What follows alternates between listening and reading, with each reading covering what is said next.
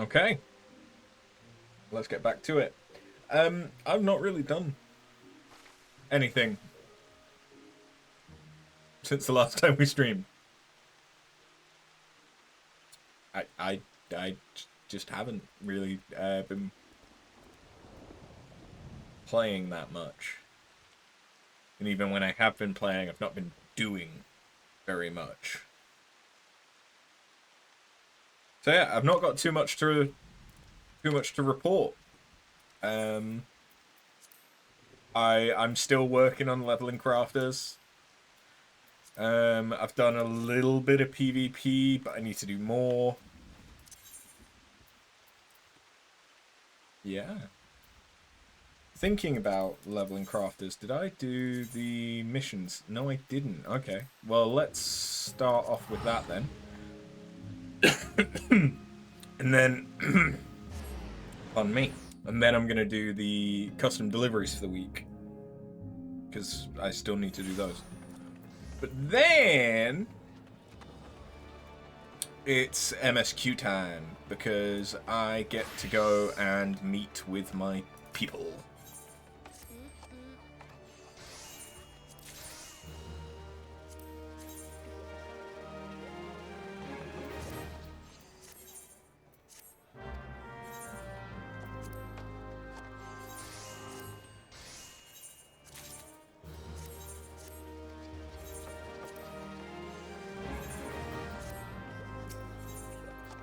Okay, so what do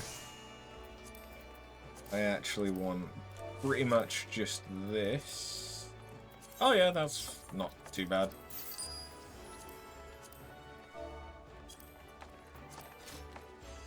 Oh, that's cheap as shit. Sweet. How about stuffed peppers? Because Culinarian... Ooh, yeah. Culinarian is the class that I have closest to 100. Not worth it, but I can, for the sake of simplicity, I'm just going to buy the 3 there. Cool! Let's go and turn these in then.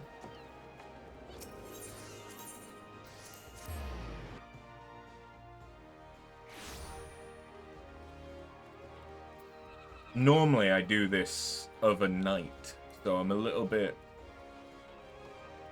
surprised I didn't do it last night.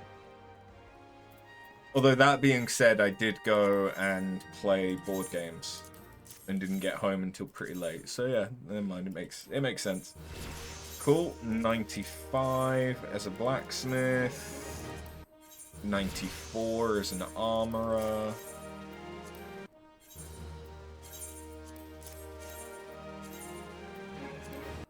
And that's got me up half a level on there too. I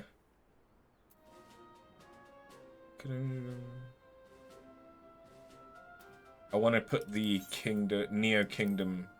I think isn't Neo Kingdom actually some of the highest eye level stuff that you can?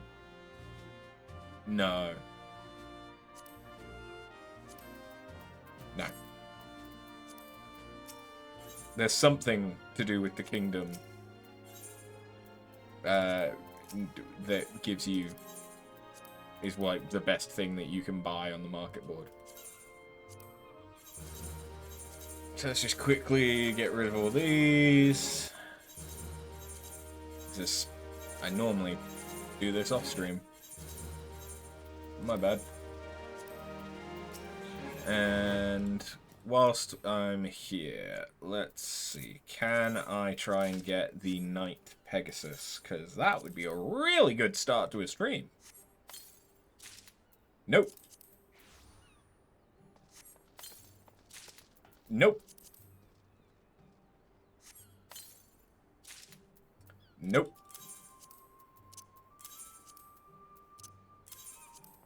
Okay.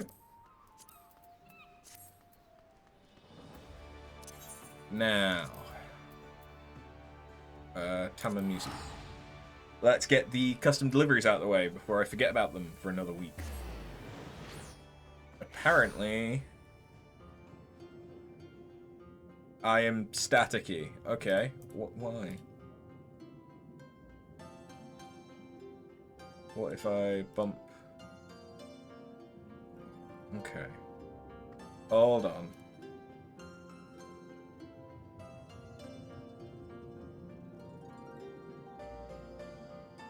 I mean, that kind of explains why those bits do that. But it's because I actually have it set up as an L, so that is a corner.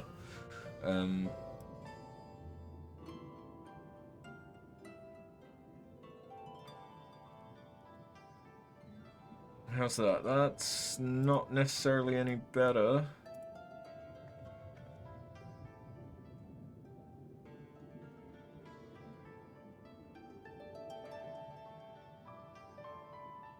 Or am I going to need to go and change my shirt? Because I suppose that...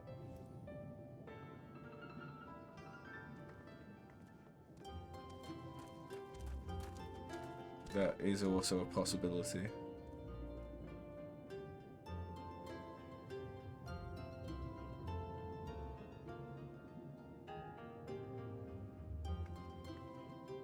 That looks pretty good.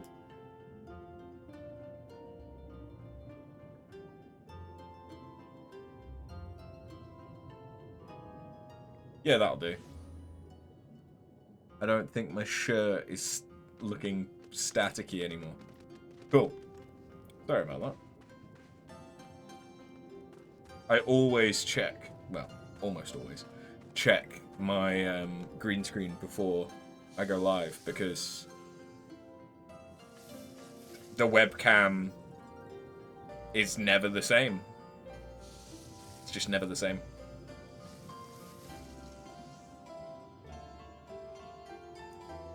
And the green screen isn't necessarily always the same either,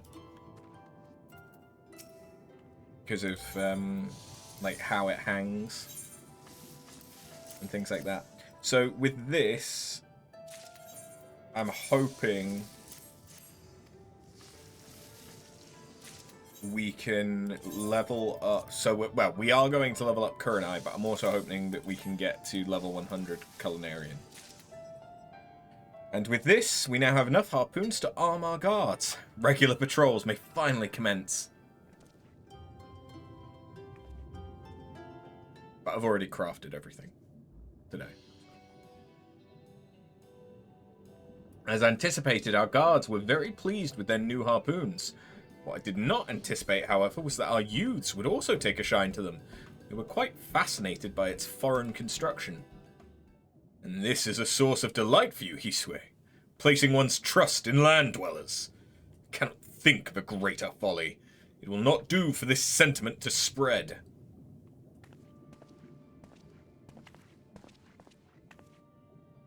Lord Jihan, and Lord Shiozai besides.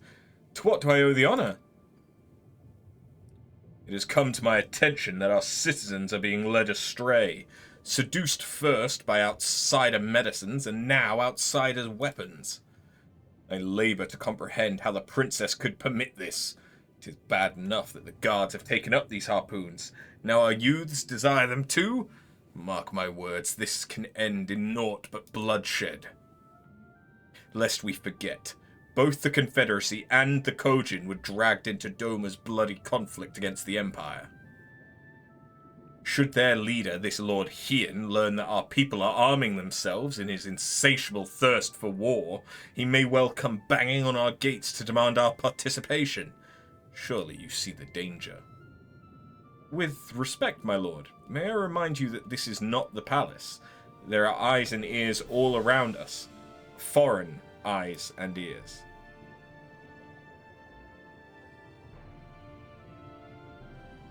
I would remind you also of the agreement that you and your fellow elders would watch how the citizens respond to Her Grace's plan, as impartial observers. Your words can ill be described as impartial. We've naught to gain by cowering inside our little bubble. Nay, by shutting out the rest of the world in the name of tradition, we but consign ourselves to a slow demise. You presume to lecture me, Hisue. You who know little and less of worldly matters, whose sole purpose is to attend her grace.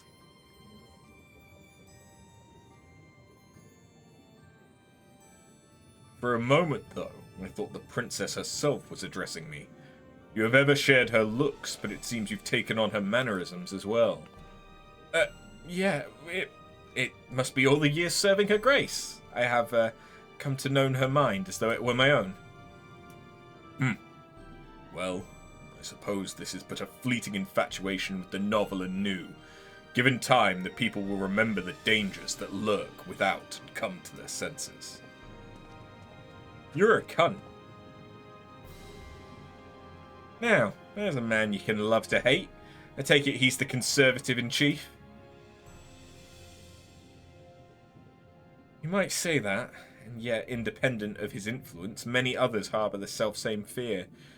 The fear that by throwing open Suino Sato's gates, we would be swallowed up in a maelstrom of foreign agenda. And a simple bloody harpoon can trigger such a fearful reaction. Your people really have no stomach for conflict. Well, no one with any sense would, but this is just unhealthy.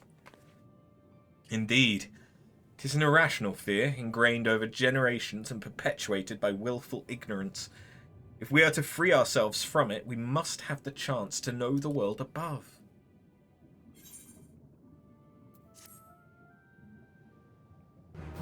Okay.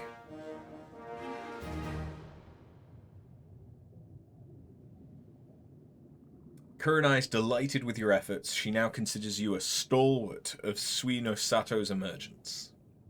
And yet there's still much work to be done.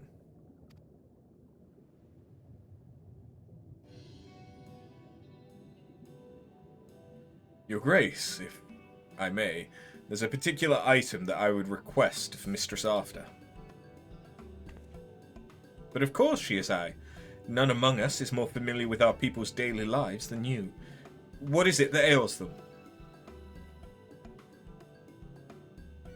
As your Grace knows, we dwell at the bottom of the sea by virtue of the Kojin's enchantments.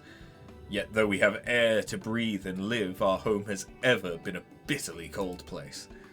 Due to our closed environment, we cannot avail ourselves of the benefits of fire, and so we have had to endure, covering ourselves in such garments as we possess.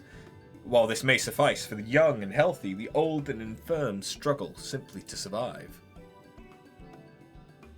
Indeed, the cold has ever been a trial for us. Yet I have heard of a place above, far colder still. A land of endless winter where ice falls instead of rain.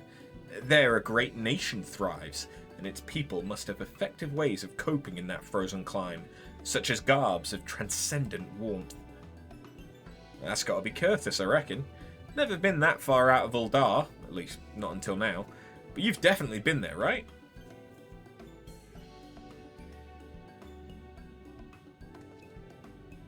A more dependable adventurer I've never known. I shall let you all return to your work then, by your leave. So I need to make you fluffy coats to wear at the bottom of the sea. Permit me to echo Shiosai's sentiment. Truly, we are blessed to have a dependable and ally such as you. I look forward to seeing the fruits of your labours.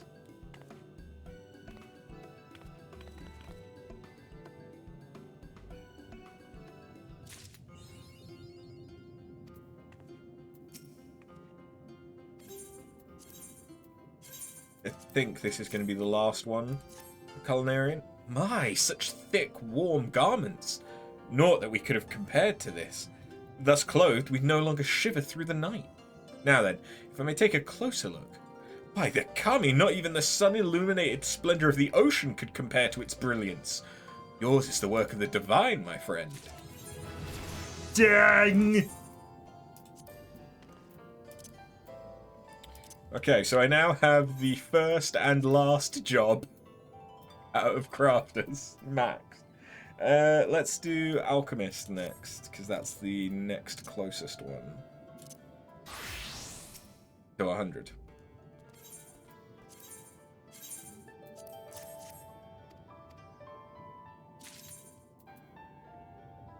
I like how there's also just a vial of insulation.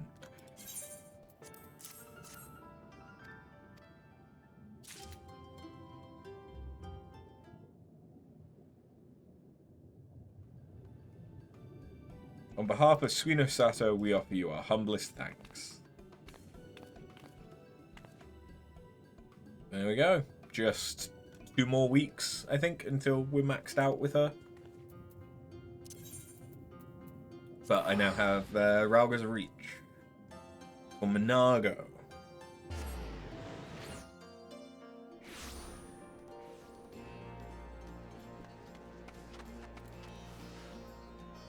Oh. It's really telling how little I have actually played the Crafters.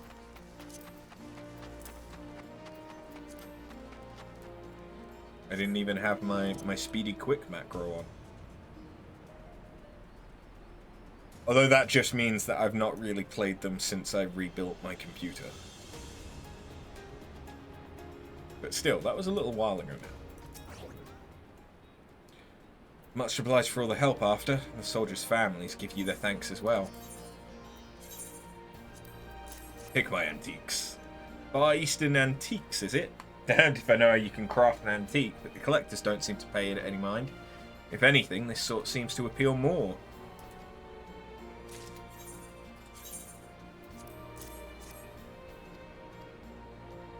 Okay, well, we're going to get up to at least 98. That ought to do it for now, Arthur. Give me a moment to add this to our next outgoing shipment.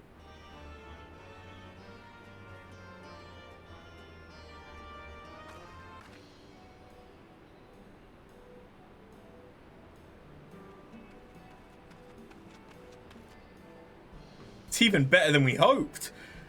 Those Ul'dan collectors did their best to outbid each other for our Far Eastern collectibles. The proceeds far exceeded our expectations. We've enough to expand our operations and start looking after even more families. Excuse me, well, no one of consequence, really. It was my son who fought and died for the Resistance. I came to thank you for your kindness and generosity. Especially at a time like this when everyone should be looking to bigger and more important challenges, like rebuilding our great nation. My son liked to say that when the fighting was finished, he'd become a merchant. He'd sell anything and everything so that he could earn money and look after me.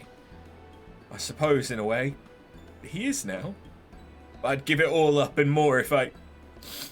I'm sorry, I don't mean any disrespect for what you've done for me and mine, but... Thank you, miss. Good day to you. That's cute.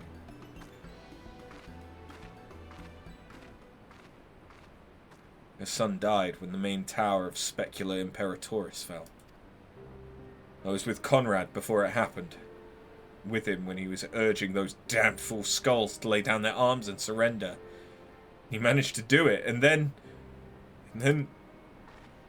Part of me still wonders. Do we owe it to them to try and save them too? To dig through the rubble and try to help the ones who were trying to kill us only moments before? Comrade would have wanted to. I know. He was in no state to give orders, and those of us that were, well... So he died. And they died. Conrad, our comrades, enemies that surrendered, and those that hadn't. Death all round and round. Not that any of us had even an inkling of what was coming. Would Conrad have spent all that time negotiating if he had? Would he and full many others still be alive if he had... If...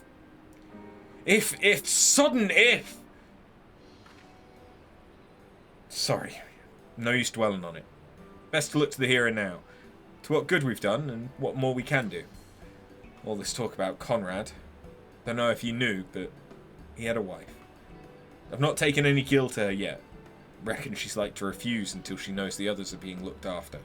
So thought it best to wait. When the time comes, though, perhaps we ought to go and see her together.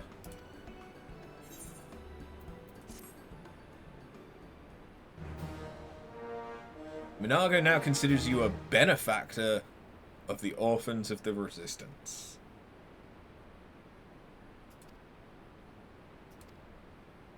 But there's still more work to be done. Like before, I reckon it'd be best if we tried to trade in a more diverse range of collectibles. Next, I'm thinking we ought to try our hand at consolation prizes from the Gold Saucer.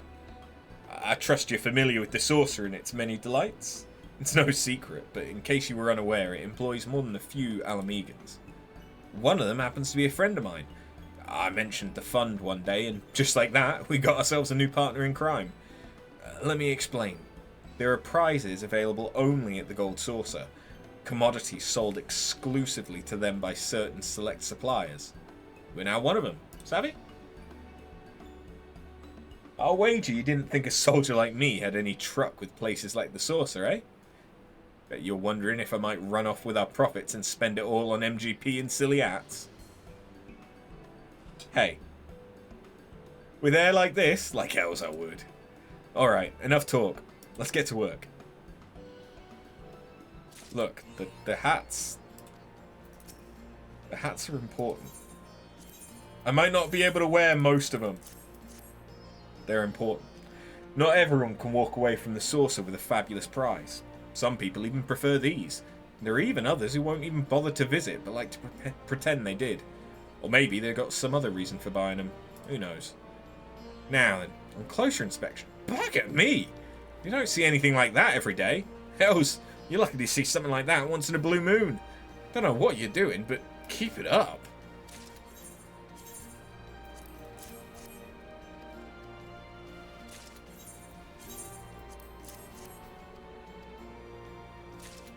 Sweet.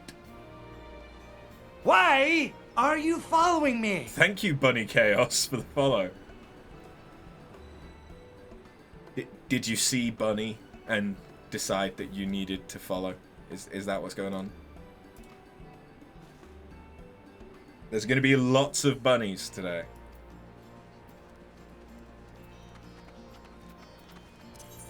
No, it's just a fortunate happenstance of the name.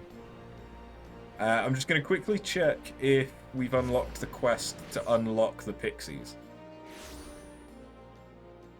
Which I think originates from in here. That's the role quest. Okay, I don't think we have. That's fine. And then, where do I want to go? Lila Loran? Yeah.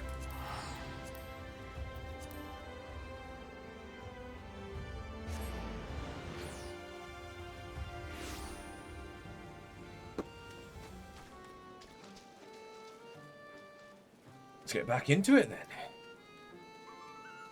You know what I should have done off stream? Is farm some fates for bi-colored gems so I can buy more riding maps.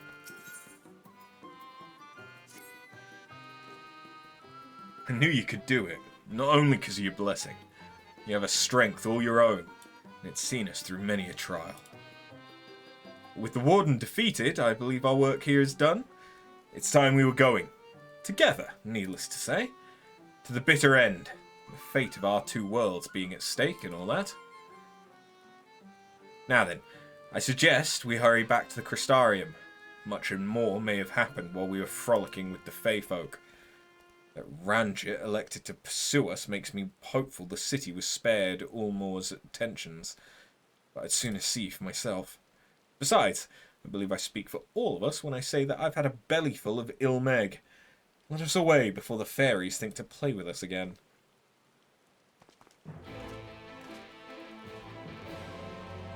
Such a grumpy guts. Okay.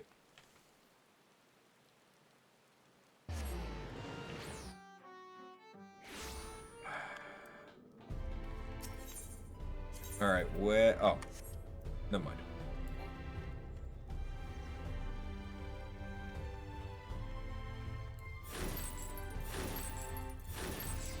Hi guys!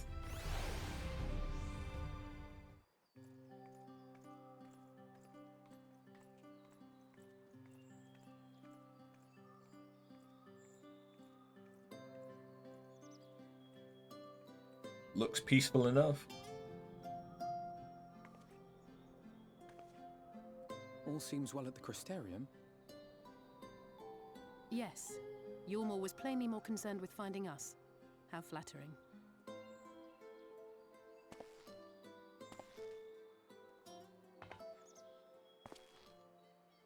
You.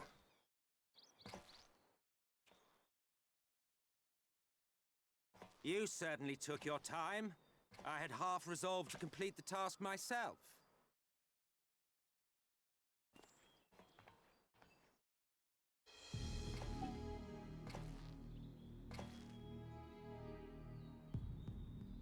And you are... Garlean, obviously. Were one to study the annals of Garlean history, one would find yonder visage on many a page.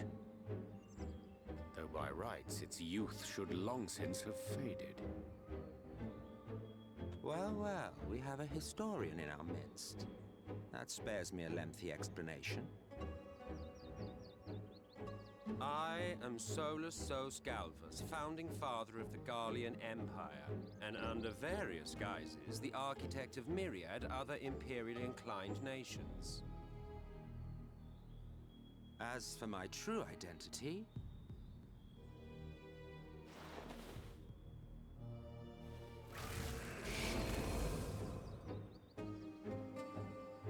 I am Emet-Selch, Asian.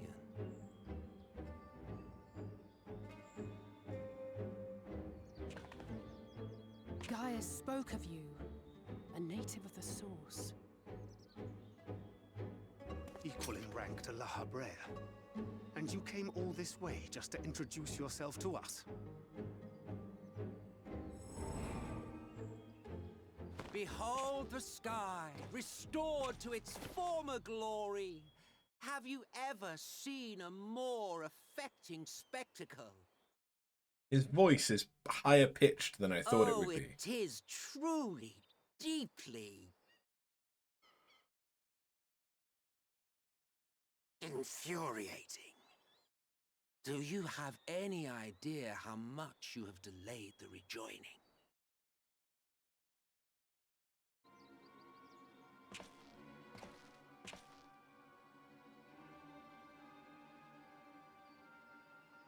Following the flood, the First had been listing ever further towards the light, towards stasis. The end was in sight. Enter man and his indomitable spirit. He would haul the world back from the brink. And adding his lumpen weight to the power of growth, he duly tipped the scales, if only by a fraction. Yet a fraction was enough to spoil the perfect imbalance needed to bring about a rejoining. Had mankind continued to live in idleness under Vorthri's rule, all the conditions would have been met.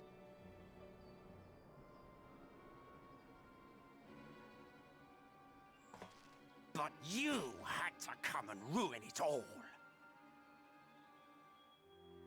Thanks to your meddling, light supremacy is in doubt, and our painstakingly laid plans are in tatters.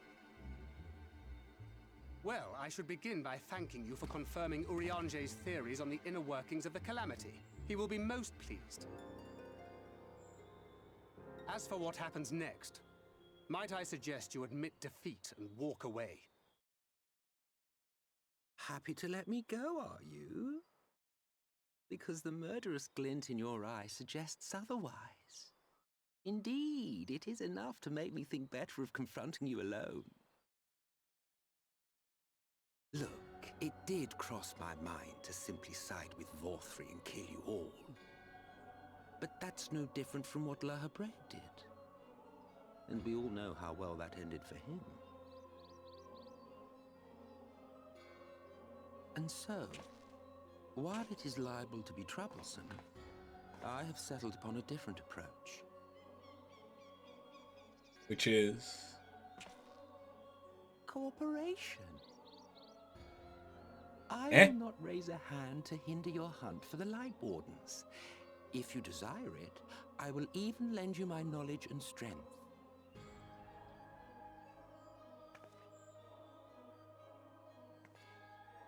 Since time immemorial, you and yours have labored to rejoin the 13 shards, at the cost of countless lives. Do you expect us to believe that your objective has suddenly changed? Nay, our objective is the same as it ever was. Though I dare say, you do not know our motive. A war waged without knowledge of the enemy is no war. It is mere bloodletting. Just once, might we not seek to find common ground?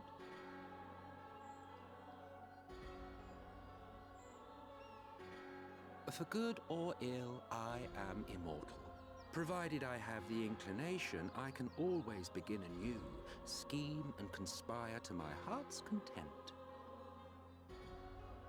But this time I thought that I might instead try to see eye to eye, to understand what drives the hero of the source, to determine if our goals are truly incompatible.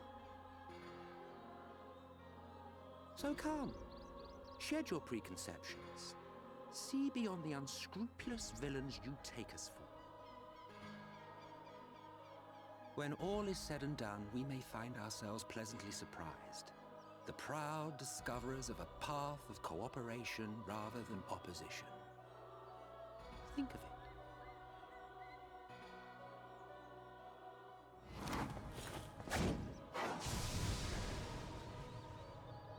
Thou hast delivered thy proposal, and we would not dismiss it outright.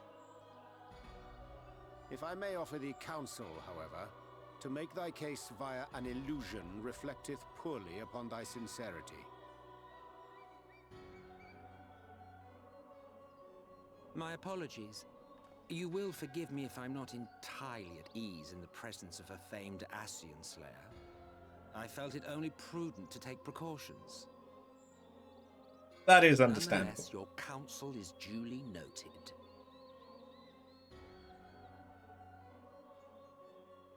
I take my leave, friends. Rest assured, we shall meet again soon.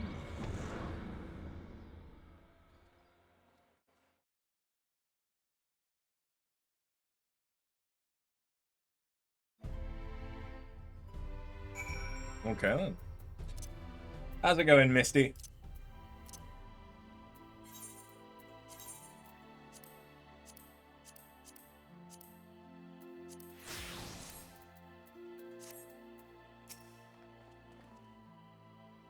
Cooperation? He can't be serious. Can he? Well, we've certainly been given much to ponder. First things first, we should report to the Exarch. You can run along. We're perfectly capable of handling this little task. In light of your recent exertions, I'd say you've earned a rest. Go on, take yourself off to bed.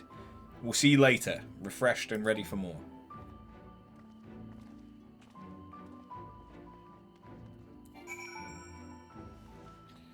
You're feeling better. Even tried to make a song cover with AI and it came out pretty good. Nice. I'm doing okay. I slept like shit last night though, so to be honest, the lights are kind of hurting my eyes a bit, so I'm not sure how long I will keep them on for.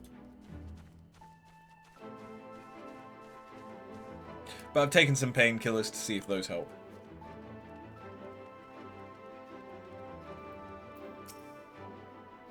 Welcome back, miss. We've been expecting you. You'll find refreshments laid out in your quarters. We hope they're to your liking. Will you be retiring now? Very good, miss. I bid you a pleasant evening. You weren't one of the reasons to the shitty sleep now. I keep waking up earlier than I need to, and then struggling to get back to sleep.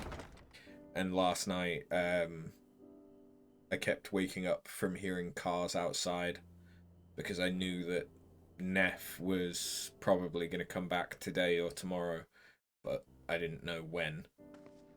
Turns out it was today, this evening. So. Well, this afternoon. I hope the past few days have not been overly taxing. Pray, Take your rest and recover. From the Exarch, is it? With that mirror of his, he can watch your every move, you know. You probably think you're talking to yourself. Still, he's keeping you well fed.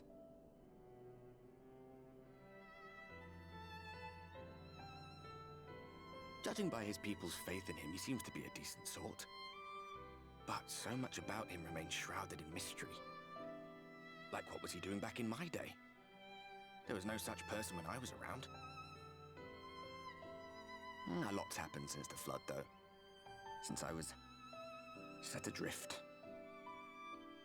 I know little more than you do of this city's history in the Exarch's past. Not that it matters. It's Emet-Selch we should be concerned about.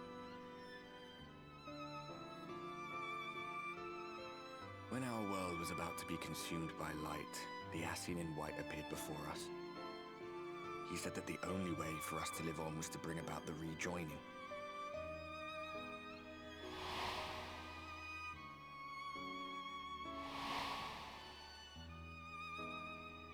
Desperate as we were, we heeded his words, not realizing that the flood was of the Ascian's own making.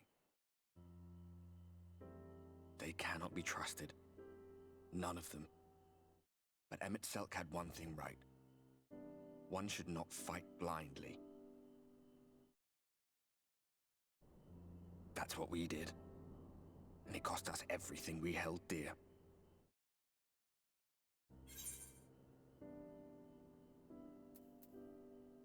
You're putting me off my dinner. No.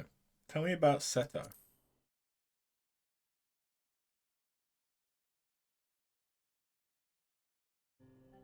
What? What about Seto? What is there to say? All right.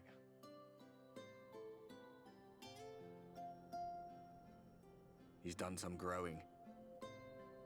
When we were traveling together, he was nowhere near as big. And he obviously couldn't speak. I had no idea how much that medallion meant to him.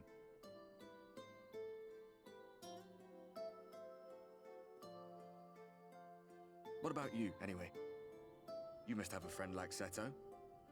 Chocobo, perhaps? Come on, you tell me something for a change. I mean, that's a fair point. Ah, we're swapping stories as warriors of light and darkness. And then I lie on my bed like it's a table at the morgue.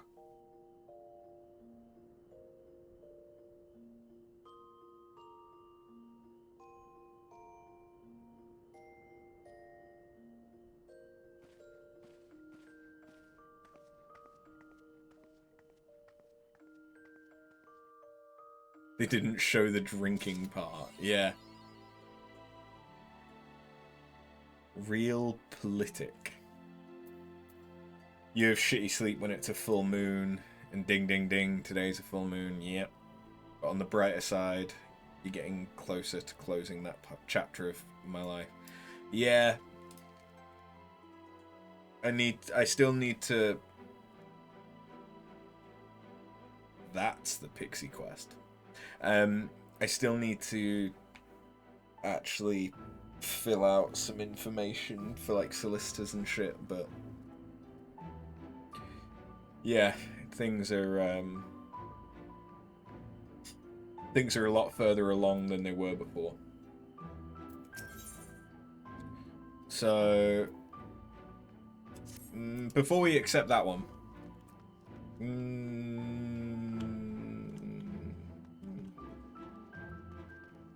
yeah, no. Before we accept that one, let's go and unlock the pixies.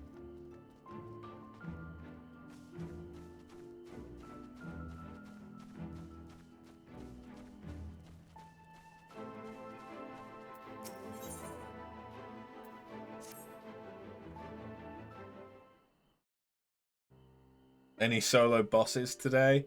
There might be a dungeon. It's probably going to be a dungeon, depending on how far I get. I don't think there'll be another trial, though. Like the big boss that we beat last time. It happened again. Another scary dream. Me too. In mine, a bunch of toys became a monster and chased me all over. What? I had the exact same dream. This can't be a coincidence. The Pixies. I'll wager they're behind it. Those beings in Ilmeg, the grown-ups, say we must never go near. Aye, them. Mammy said that if you're naughty, they'll come into your dreams and drag you off to a world of nightmares. Truly? Oh no, I haven't been doing my chores.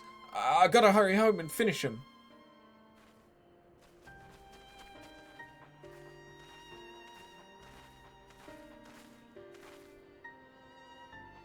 It seems they were right. What a dilemma this is. And to think that they pin the blame on us. We like fun dreams, not scary ones.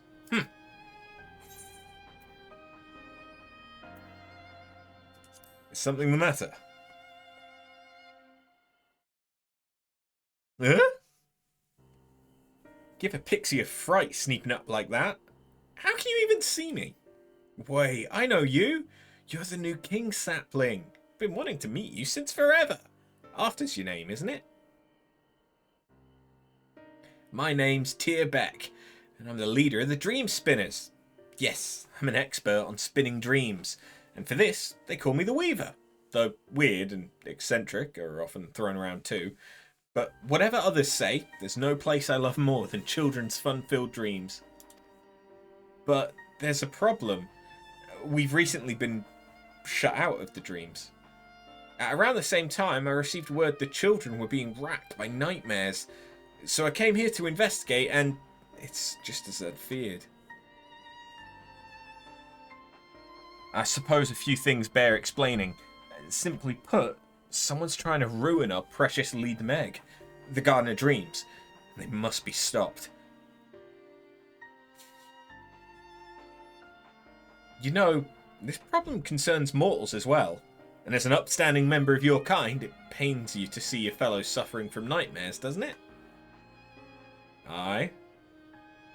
Of course it does. That's why you'll lend me your aid. Without further ado then, let's get to work solving this problem. Come with me to a place called Sullen, west of here. We're going to rendezvous with another ally. Sullen sounds like the kind of place that a fairy would want to avoid at all cost. But it's over... yeah.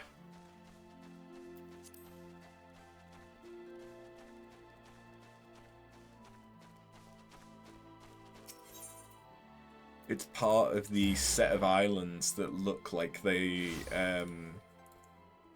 from Dr. Stone.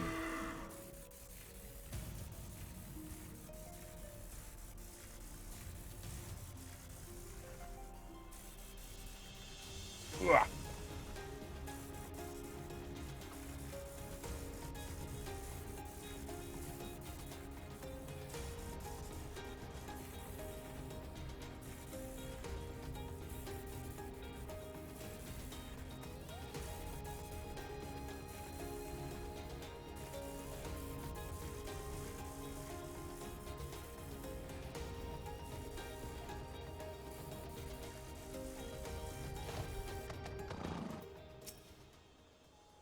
Ooh, you came! You really came! It's true what they say. The king's sapling is as kind as she is strong.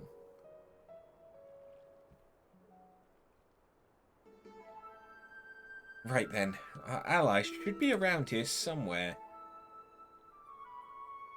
In case you were wondering, it's a Porksy, those pig-like familiars, and one that has a fondness for nightmares. My new Moo acquaintance who alerted me to the strangeness in the children's dreams has sent it to aid us. Did somebody say nightmares? The monocle was... I did not expect the monocle. Oh, it's enormous. Well, of course I'm enormous. It would be impossible to contain all my cuteness otherwise. Not Ignore your vanity, it seems. Yeah, but where are my manners? Easel II, Dream Devourer Extraordinaire, at your service. You show me a nightmare, and I'll show you a feast. Now, you'll be wondering, what's a familiar doing without its master? Well, by virtue of the hat my creator bestowed upon me, I am my own master. Yes, you're no ordinary porksy. Good for you. Now, I trust you know about the trouble that's afoot. Oh, I more than know about the mass nightmares that have been plaguing mortals. Already have a suspect in my sights. Truly? My investigation leads me to believe that a certain pixie, bereft of colour, is our culprit. Of late, they've been sighted fluttering about most suspiciously in the vicinity of Leah Gear.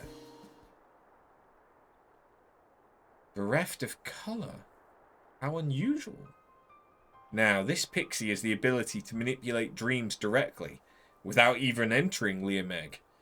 With such power, they could seal away the garden's gates completely. What? But to be able to do that, they'd have to be at least the equal of Titania. You're confused, mortal. Small wonder. But rather than trying to explain, it would be quicker to simply show you.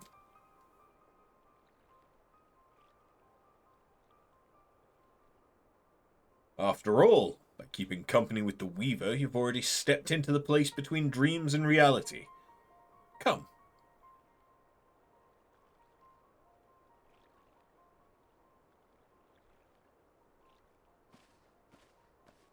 Yeah, I think I'm gonna have to turn off. That is so much better. Turn off the lights. Oh. My eyes are just apparently too tired for it today. Which makes sense, given I think I had about maybe 5 hours of interrupted sleep. I think I had like 3 hours and then another 2. Do you see that little girl there, moaning and muttering in her sleep? The stench of a nightmare pervades her, unnatural in its potency.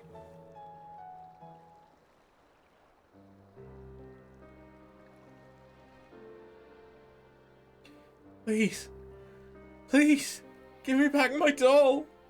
It's all I have left of Mother. From what I know, the child's an orphan of Holminster Switch.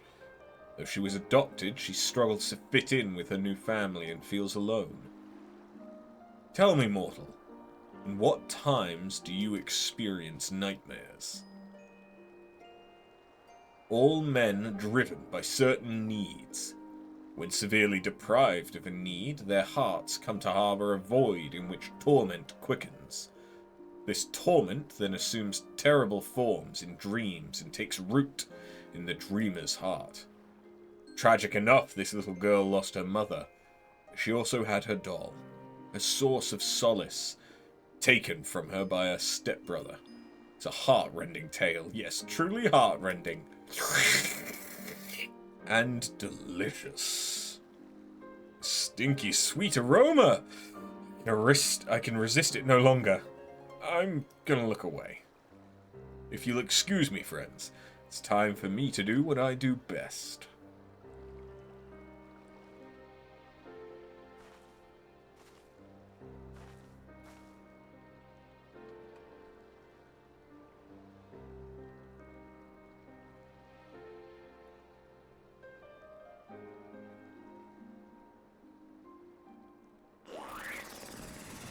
Suck.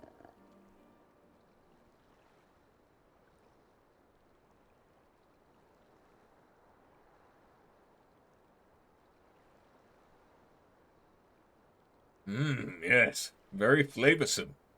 And now the child is free of...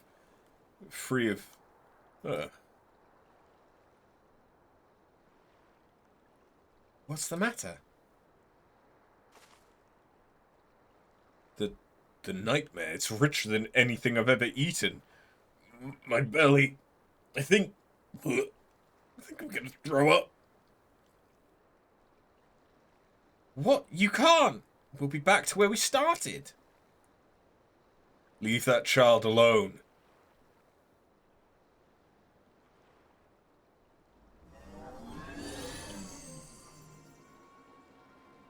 Hello. Who are you? Judging by your colour, you're not from Lida Loran.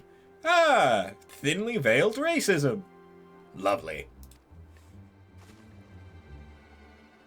Who am I? I suppose Anne Ladd'll suffice for a name. Anne Ladd. You've lots of power, that much is plain.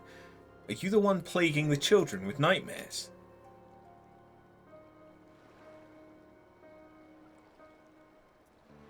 Plaguing? We simply share in each other's misery. That child understands me, understands my loneliness. So I sealed the gate that she might be my friend, and mine alone.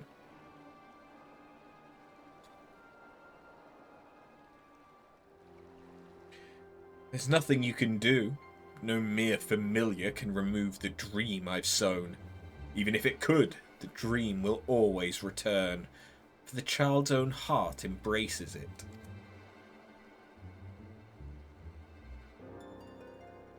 Not good. If she can't break free of the dream's hold, her mind will inevitably be consumed. Would die.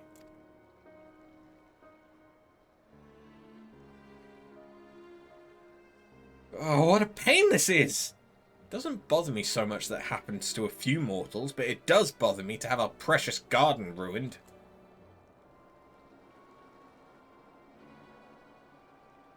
I hate to use my powers this way, but I have an idea.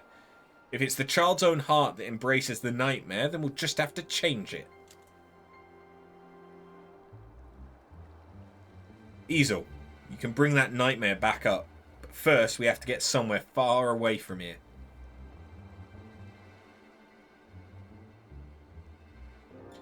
I need your help too. Come on.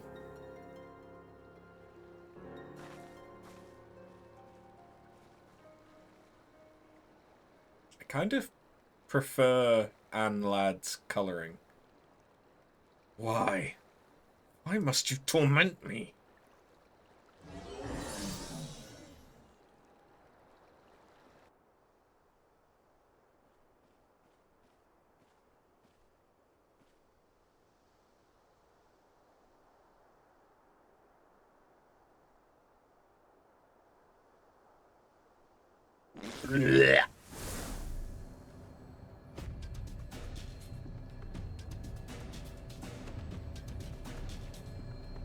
Now then, for better or for worse, you're about to see why they call me the Weaver.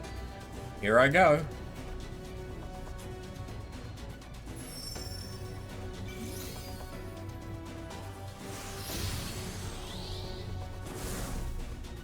What? That was inside me! This is where you come in. Vanquish that nightmare creature. Yeah, in case you couldn't guess, the Pixies, they're not a crafter-gatherer society.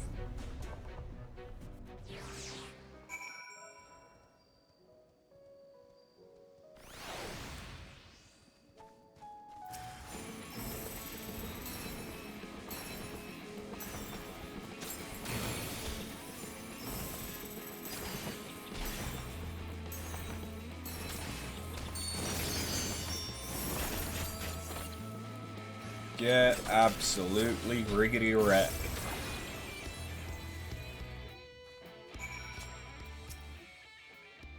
My, you truly are strong. The king chose their sapling well. It's a bit creepy. That's the point. I think it's a reused asset, and the times that that's been used before are when we've been dealing with, like, effectively demons. So, yeah. Now then, your victory will have changed the ending to the child's dream. She'll awaken feeling as though she's conquered her fears. Had you not felled that nightmare, I would inevitably find its way back to the child. Excellently done, After. Right, let's head back to Sullen and see how she fares. Easel and I'll hide and leave the talking to you. Probably for the best that you do that, yeah.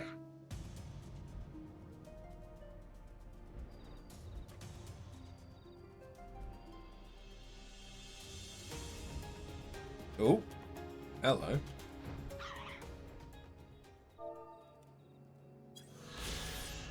Sullen.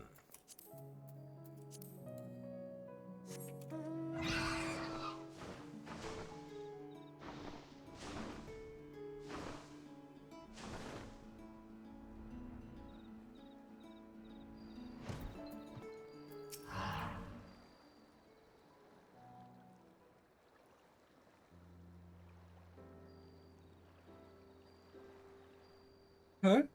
Where am I? Did I fall asleep?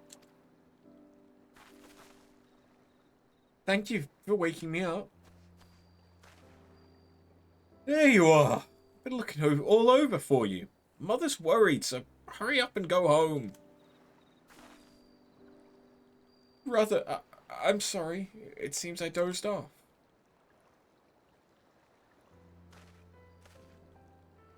Wait.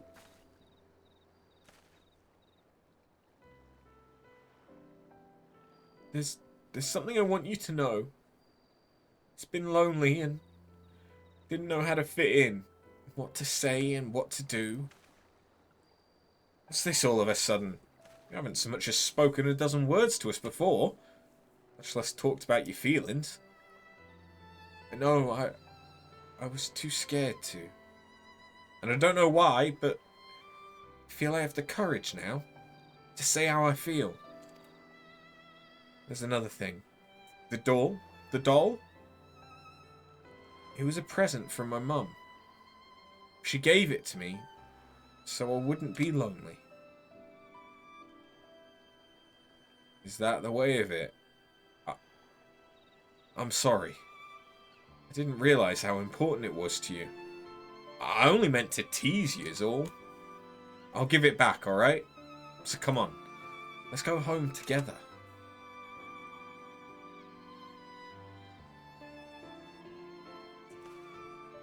Seems you've been watching over my sister. Thank you. Please take care and see you again.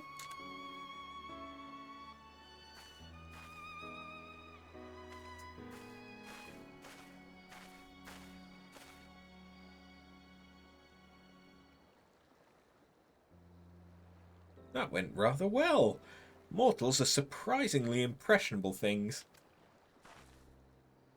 I see. By eliminating the child's nightmare, we wrought a positive change in her reality, thereby eliminating the void in which her torment resided. Something like that. Anne Ladd appeared to be drawn to the torment in her heart. With it gone, there's no more reason to plague her. And with that, we may begin reclaiming our precious Leah Meg. No matter what, I'll keep it safe. Promise you, Titania. You're even more adorable when confused. For now, let's just say you've done me a great service. By way of thanks, it's only fitting that I invite you to our playground. Come to Lida Loran, seek out my friend Thonsul. They'll show you the way in.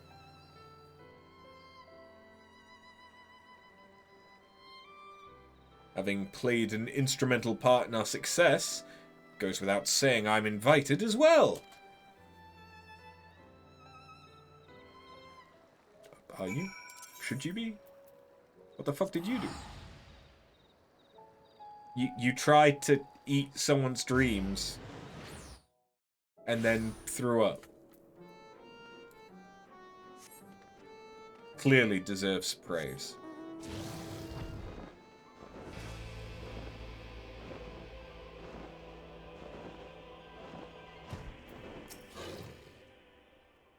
After, I presume. I've been expecting you.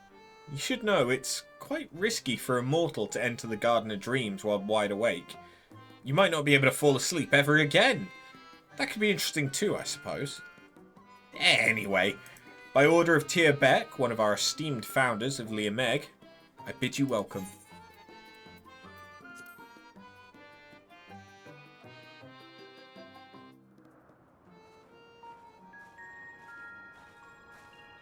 Okay, this is straight up out of Kingdom Hearts.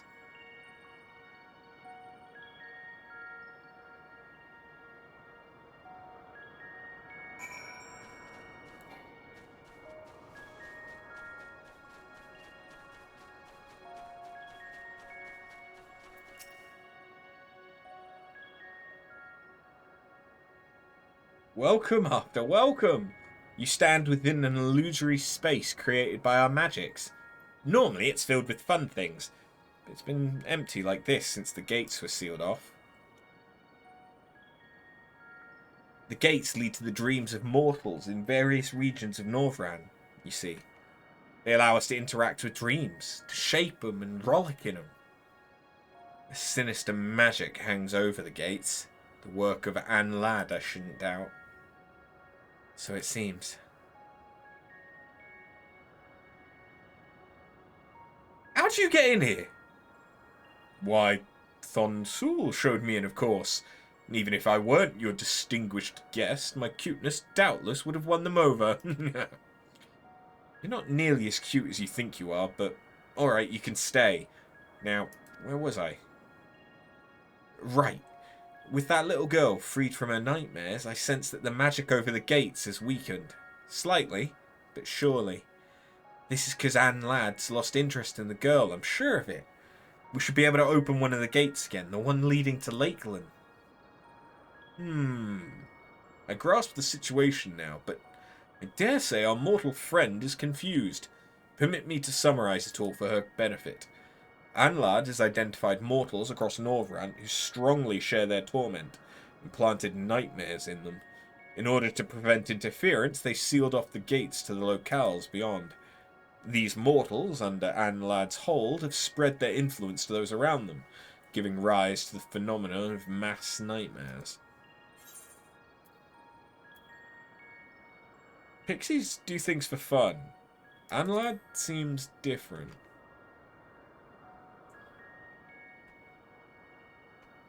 It is quite a mystery indeed. Knowing Anne Ladd's motivation will be the key to our efforts. Rest assured, I shall continue sniffing about for answers. Alright, that's enough talking. Let's do something fun for a change. I'm going to lend you my power. What I want you to do is stand before the gate over there and reach out to it, while holding an image of Lakeland in your mind.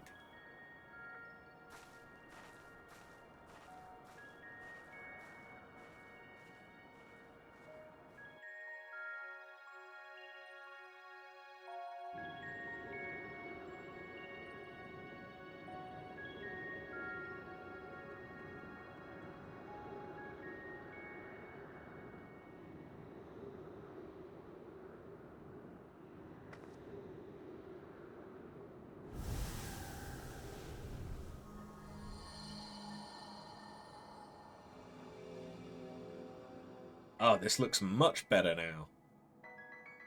It actually reminds me of the Chow Garden from Sonic Adventure Battle.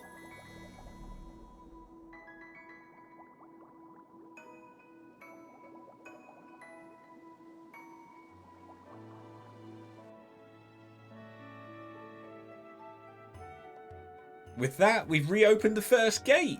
We only have a few dream bubbles, though, so we can't do much here yet. The bubbles hold the memories of mortals' fun and happy dreams. They're used to fill our garden with all sorts of delightful things, and we can never have enough of them. On that note, we could still use your help. We went through a lot to reopen the gate. We have to make sure that it stays open.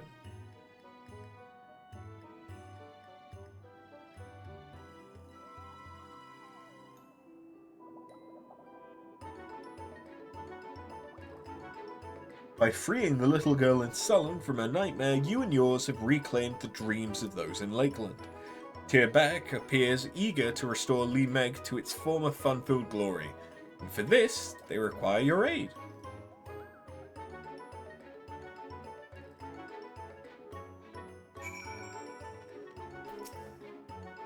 Right, let's continue this back outside. I'll arrange it so you can always return here. Just let Thon Sol know whenever you want to come and go.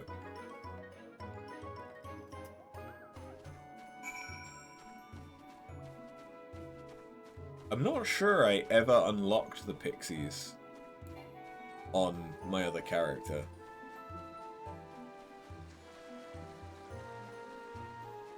So this might be my first time doing this quest. It's definitely my first time actually reading stuff to do with it.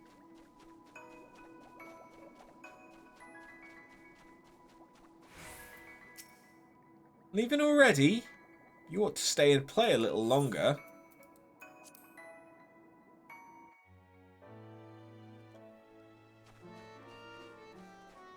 You're being in a lead time in RT online game can be too much sometimes.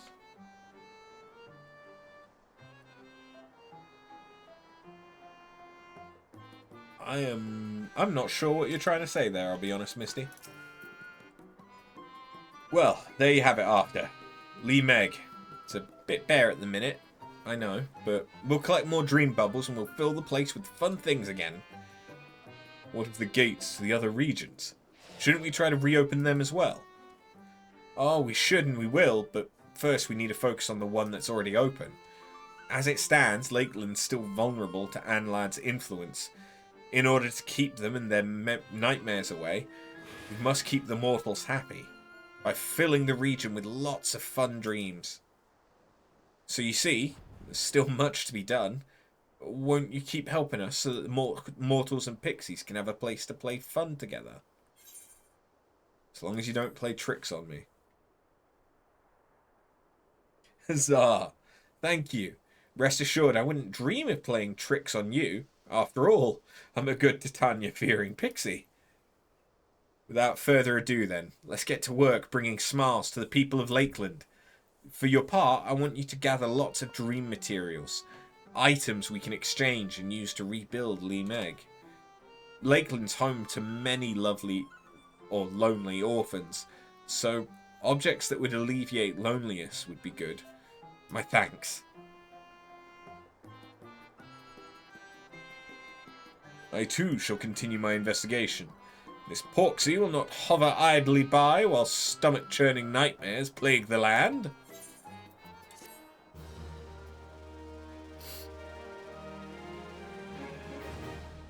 Cool.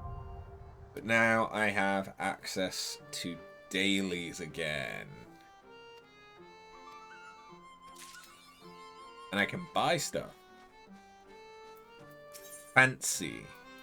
Fae fancies. I can't buy anything worth anything. Okay. That's honestly that's fair.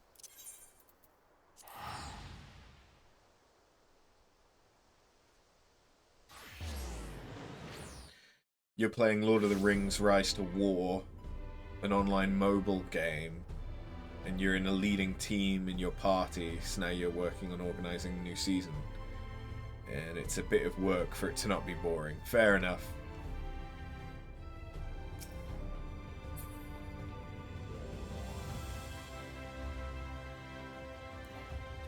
Yeah, I think if you're one of those people that somehow ends up in like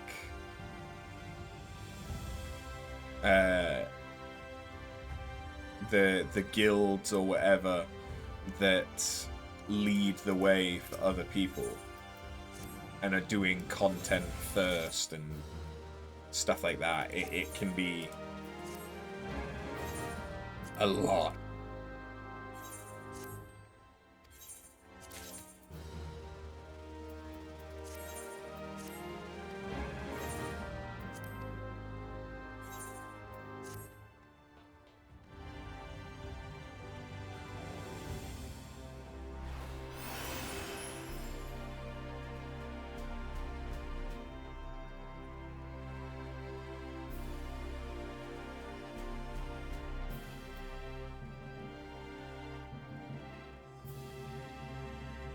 All the sieges of keeps, wars, diplomacy with other factions. Yeah, there's a lot of stuff in mobile games, especially, that you kind of have to keep on top of, because that's how they get you to keep coming and play every day.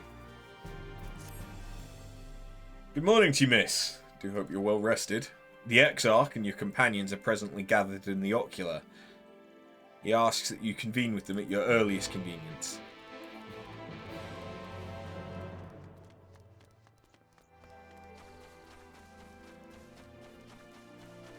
And now you're in a season with the team that hates you and you hate them. So it's going to be a hard 2 months.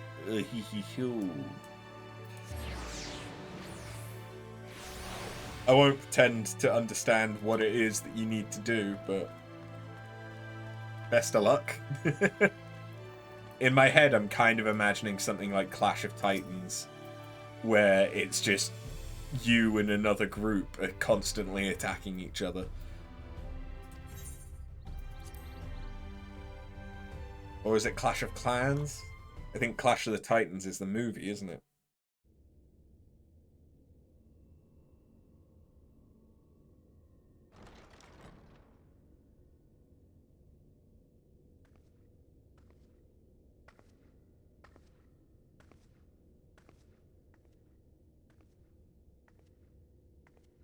Why is everyone being so quiet? Ah, there you are. You're just in time to welcome our guest. Guest?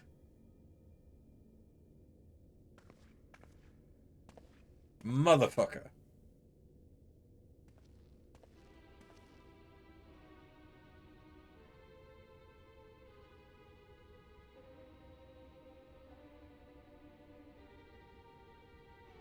Please, did I not explicitly tell you that we would be meeting again soon? Lest you forget, I made you a promise. I have no intention of meddling with your mission. I come only to observe.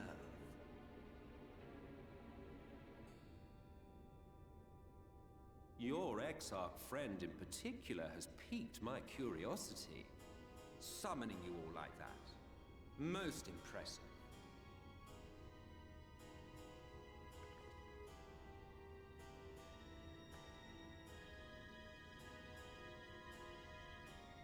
You honestly expect us to believe you've come only to observe?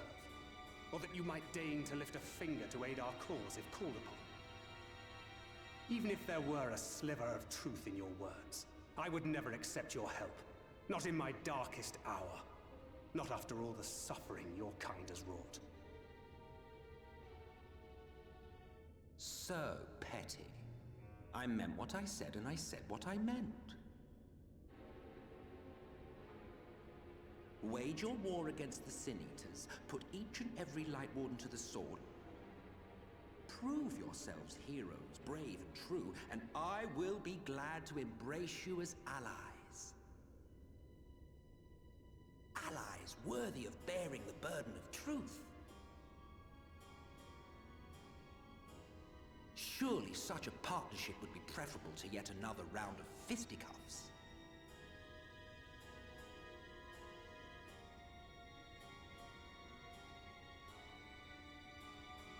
And thus did the olive branch wither and die. Pity. Well, let no man say I did not try, futile as it was. Though I suspect you will seek me out when you grow tired of making the same mistakes. Difficult decisions lie ahead of you. Decisions best made with the benefit of knowledge to which only the eternal are privy.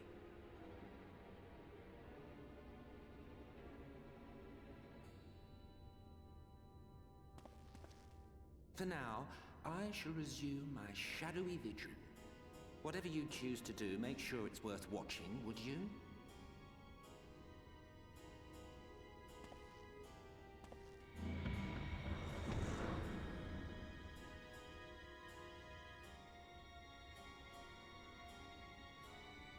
What was that all about? A vain attempt to make us doubt our chosen course, most like. As if we'd believe a word that passed his lips. Unless you think there is some truth in what he says.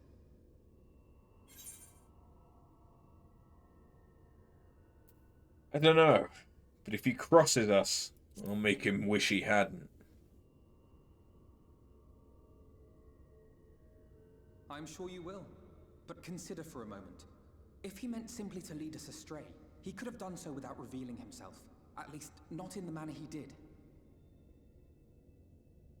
It goes without saying that an alliance with the Ascians is out of the question. But since we have no way of knowing where they might be hiding, it seems only logical to press on with our mission, even if our enemy seems content for it to succeed.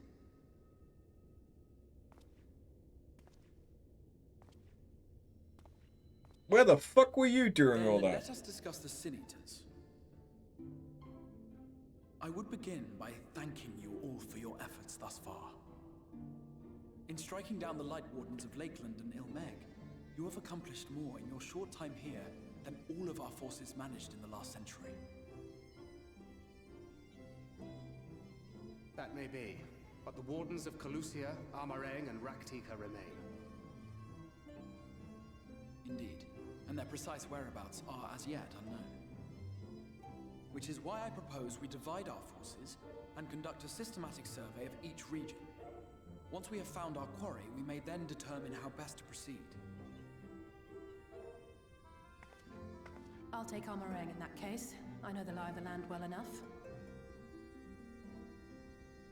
If there are no objections, I will make for Calusia. I have connections there both in and around Yulmore that may prove useful. Then I would ask that you journey to Raktika. There you will find Y'shtola. With her assistance, I doubt the Warden will evade your grasp for long. So we're splitting the party. Is the conjurer you and Urianger used to talk about? That's right. Though we haven't spoken much since she left for the forest. I fear I may be to blame for that. I had every intention of relaying the news of your arrival, but she is disinclined to speak with me. Oh? Well, why? You have visited her, have you not? Might I trouble you to... It would be no trouble. My thanks. While you are all out in the field, I shall be here attending to business. I had somewhat fancifully contemplated joining the search myself, but other matters demand my attention.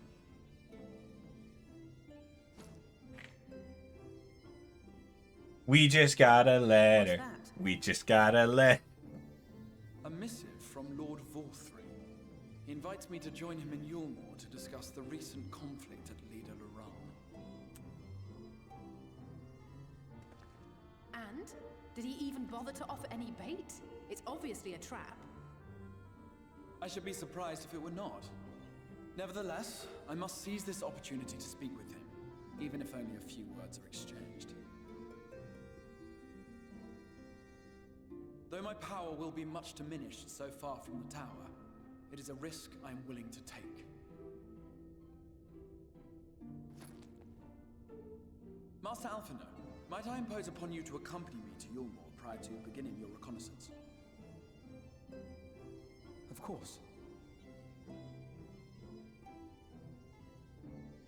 Then let us make ready. Safe travels to you all.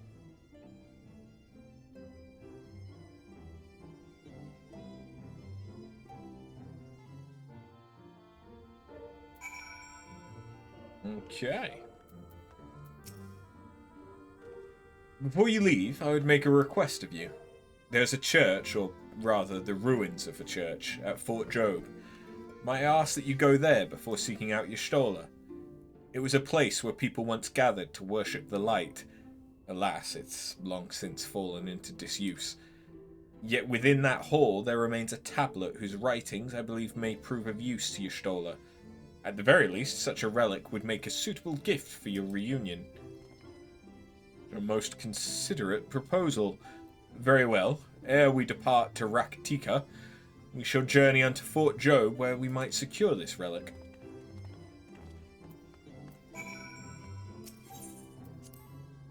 I could just teleport to Fort Job. Yeah, let's do that.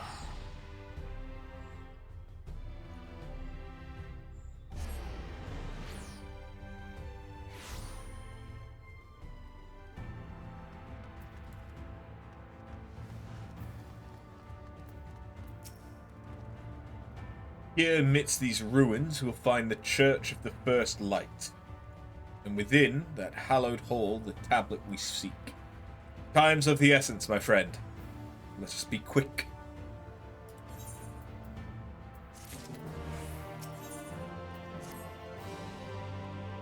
At the height of Lakeland's prosperity, these sites served not as man's final bastion, but as testament to his ingenuity and architectural prowess. The Church of the First Light was responsible for many such marvels, building majestic chapels in every corner of the realm. Alas, the flood with its inexorable tides would drown nigh every one, and did all but put an end to the religion as a whole, for the creatures which then did rise from the fulgent deluge were seen as agents of divine punishment, sent to devour sin and sinner both, whence came the name of Sin Eater. The people were lost, seemingly forsaken by their god. Yet when there is light, there hath ever been shade, and 'twas in the dark they sought solace. The most devout of those worshippers of darkness did then migrate to Raktika Greatwood, but that's a tale for another time. For now, let us find what remaineth of the chapel here.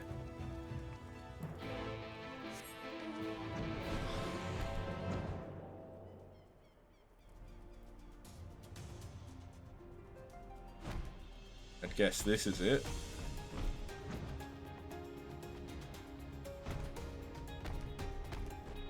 Ooh.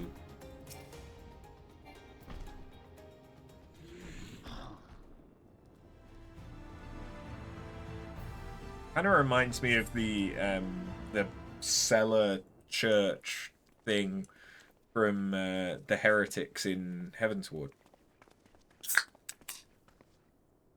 Aye, this is indeed the church we seek. It's surprisingly intact. What little is left of the churches I've seen until now has always borne the scars of decades of misuse. Its subterranean construction hath done much to protect the hall from the ravages of time, yet the reason for its remarkable preservation may be deduced from its decoration. As faith in the light did wane, so rose reverence for the dark, and its followers did want for places of worship. To be plain, the standards which do adorn these walls belong not to those who built them, but to worshippers of the dark, the Knights Blessed, who subsequently migrated to Raktika, yes? Indeed.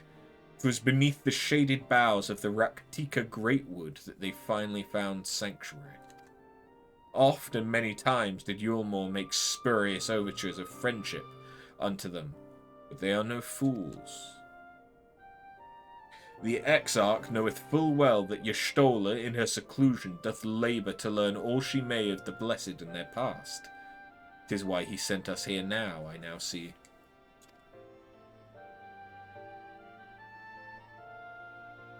The tablet of which he spoke doth no doubt provideth a glimpse into the history that she so yearneth to comprehend. Well then, we better hurry up and find it.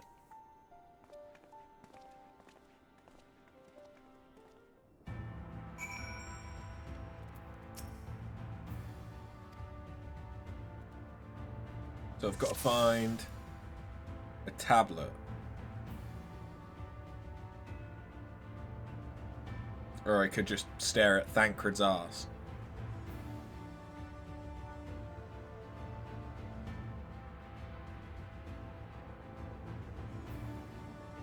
Hold on. You've located the time-worn tablet. Huzzah!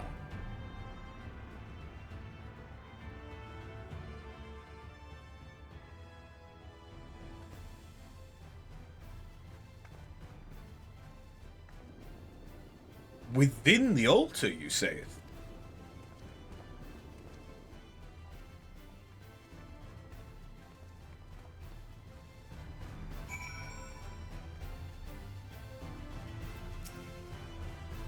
Naught escapeth thine eye, 'twould seem. This is indeed the tablet we seek. Curious, these engravings predate the Knights Blessed. If I'm not mistaken, they are writ in the script of the ancient empire of Ronka, whose capital once stood in the midst of what is now Raktika. 'Twill be no small matter to decipher them. A fine gift for our seeker of truth. 'Tis plain the Exarch understandeth Y'shtola only too well. But come, let us quit this place and make ready for our journey into the woods.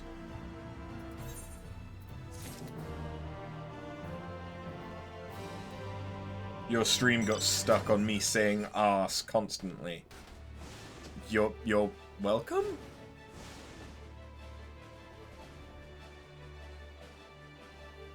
Or I'm so sorry? I'm not entirely sure which.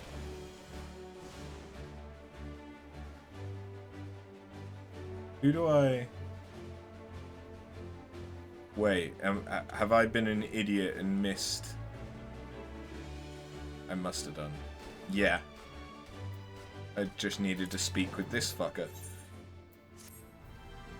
Ere we depart, there's a custom of the Night Blessed which I feel compelled to elucidate. As one might expect, they deem light to be abhorrent, and everything it touches befouled. Thus do they take the utmost pains to protect all they can from its taint, including their very names. To speak plain, it is the belief of the Blessed that one's own name must ne'er be uttered in the light of the everlasting day. Yet this commandment precludeth not the use of another's. Thus do parents protect their children, and in rare cases, masters their disciples. So it is that Y'shtola hath taken the name of Master Matoya. Lest we offend them, I bid you speak not her true name in the Blessed's presence.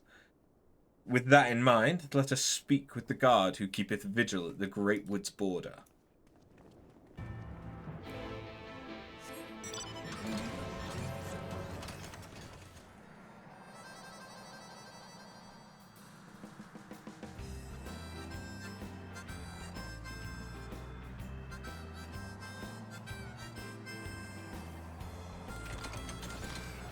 Merkan. Well met, traveller.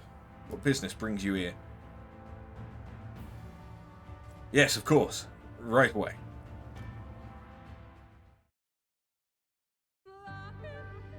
Oh god. No matter how far he goes, man cannot resist looking back on the path he has walked. The untold stories and secrets of the past can be more alluring than the promise of tomorrow. And so he braves the forests of Raktika in search of mystery and wonder.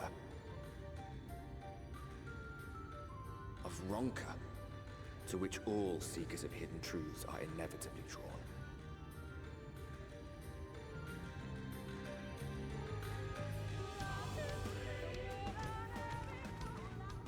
We have arrived. Vast though these woods may be, they are, by and large, uninhabitable. Not so the swamps of Cydia, however, whose sparse foliage permitted man a foothold.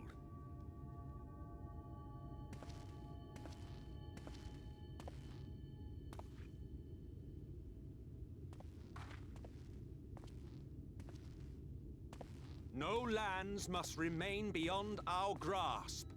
Go forth, conquer, rule! Forgive me. A sudden pang of nostalgia for those halcyon days. Exploring virgin territories, subjugating primitive peoples, all for the glory of Garlemald. If you've brought your ivory standard, I'll be happy to tell you where to stick it.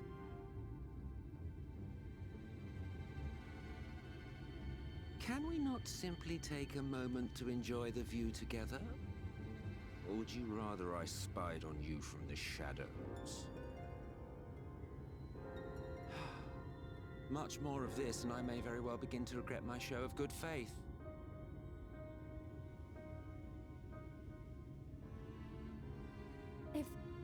If you really want to stay, then help us fight.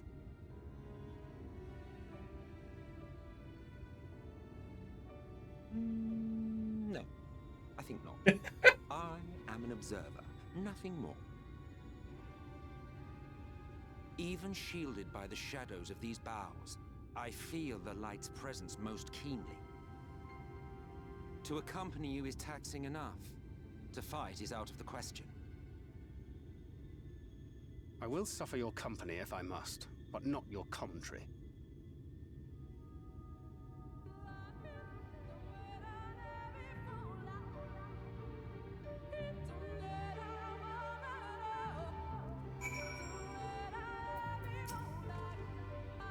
His plain, our Asian counterpart, meaneth to follow wheresoever we lead. Were it otherwise, he'd not suffer the overabundance of light in these woods. Verily, I pervadeth every corner. Verily, it pervadeth every corner, and so long as the Light Warden remaineth, the Sin-Eaters shall be free to prey upon these lands without surcease. If naught is done, 'tis but a matter of time before the Blessed succumb. 2 years past, a swarm of Sin-Eaters did lay waste unto their largest settlement, killing a great many of their priests in so doing. Though some few did survive, they knew not how to go on, wayward souls in want of a guiding hand. For a mercy, Y'shtola hath provided that which they sorely needed. They've since endeavoured to restore their home, and thither shall we bend our steps. To Fort Gone. Or Fort Gone? To Gondor! Oh wait, I can't fly. To Mottle.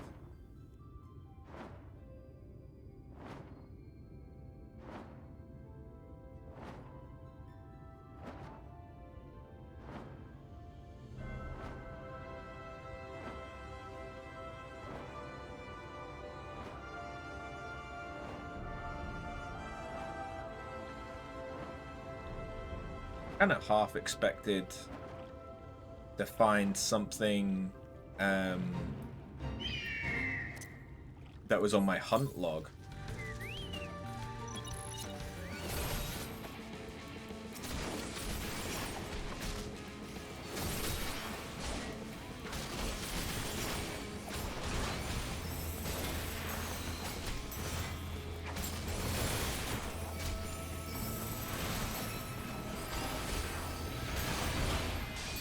I may have bitten off more than I can chew here.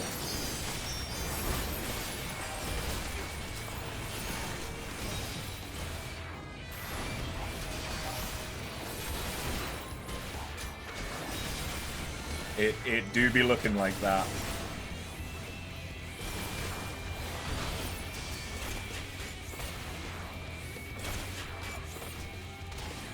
Fuck.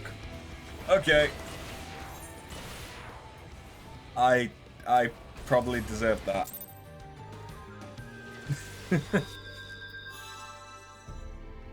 I don't die. Oh, I don't have a fast travel there yet. I don't die very much. But when I do, it's because of my own fucking stupidity. Yeah, I'm just gonna have to fly back.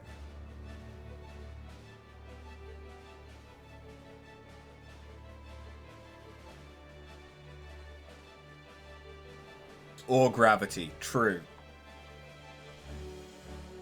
True. Although there's not that many times that gravity can actually kill you.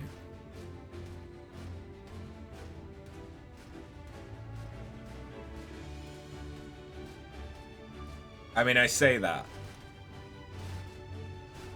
There's plenty of times in Alliance raids and trials and things like that.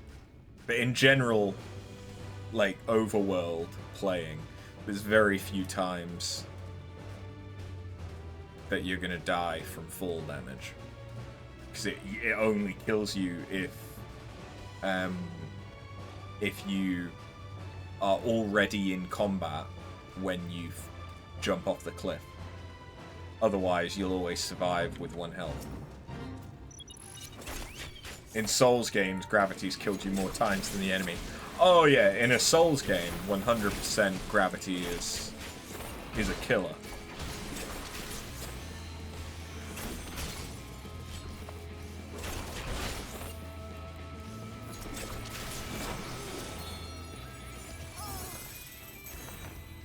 fucking squeeze me.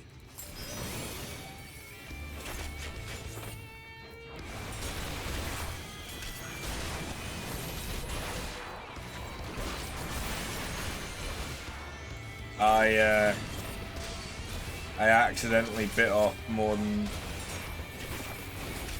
maybe I should have.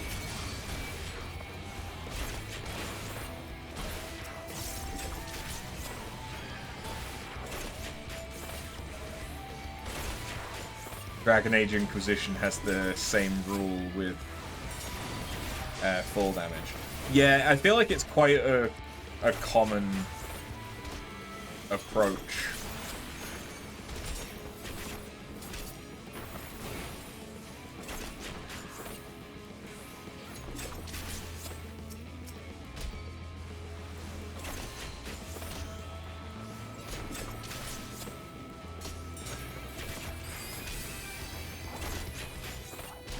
Yeah, not in everything, but if you're going to have full damage not kill you as by default, then it's probably going to have some kind of a rule where it can kill you.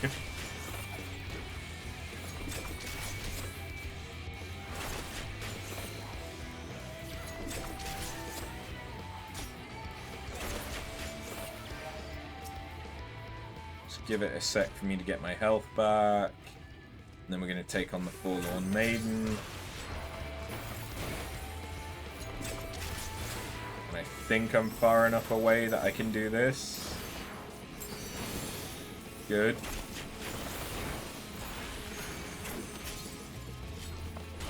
My chicken is fucked up. Oh, because it's getting shot by someone as well.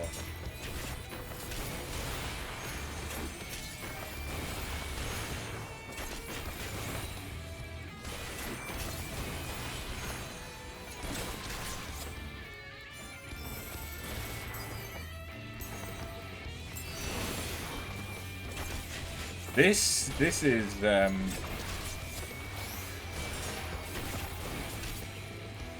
taking a minute, huh?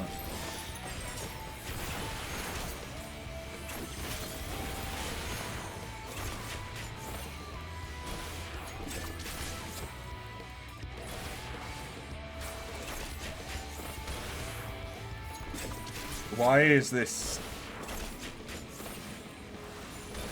so hard to kill? Alright, fuck it.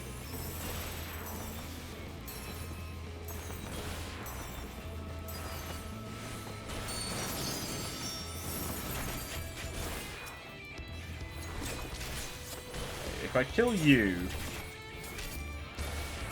can you stop murdering my bird, please? Because we apparently need to focus on this thing.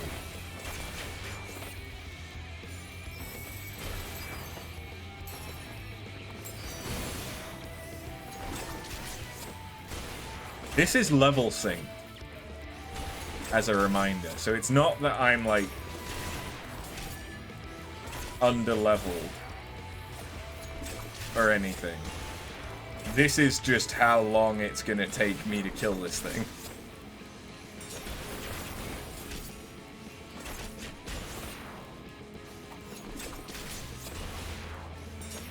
The ones in Stormblood I could have soloed easily.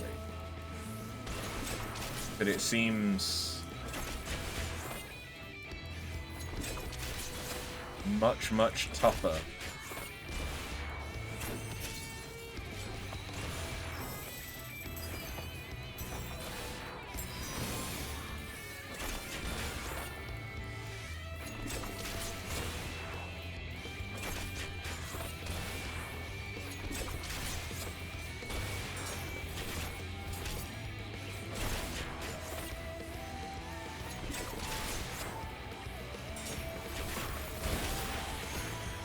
Why won't you just die?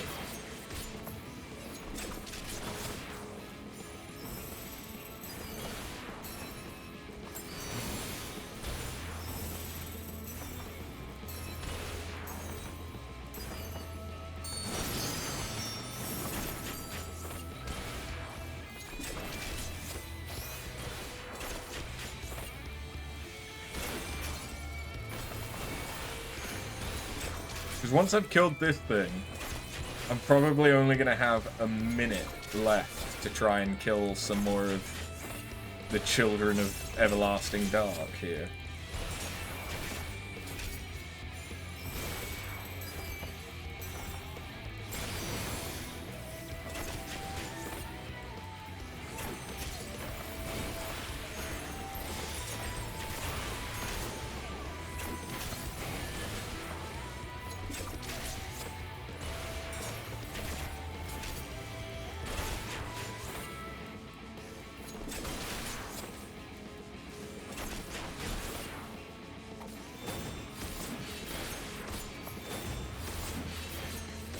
Die!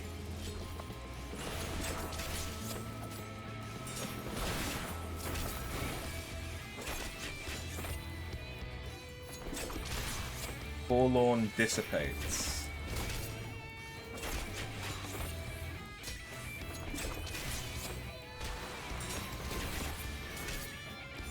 Shouldn't that have...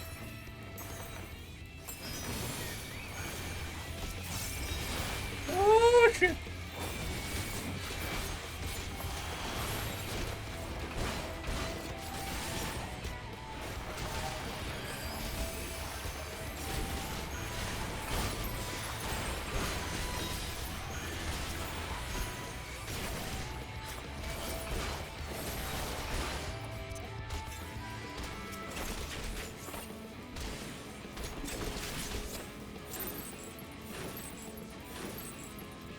Yeah, that was... You kidding me?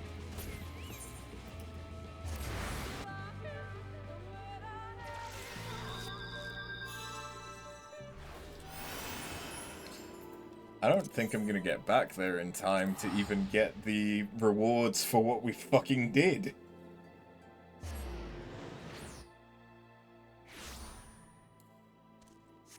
Never mind actually finishing the trial.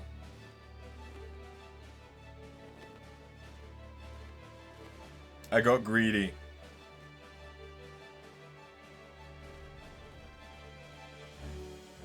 I got greedy and I tried to kill too many things at once.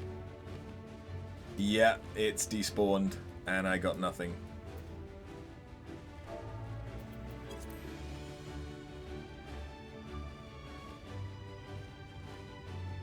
Yeah, so the smell of death has drawn the forlorn to the battlefield, but then the forlorn dissipates.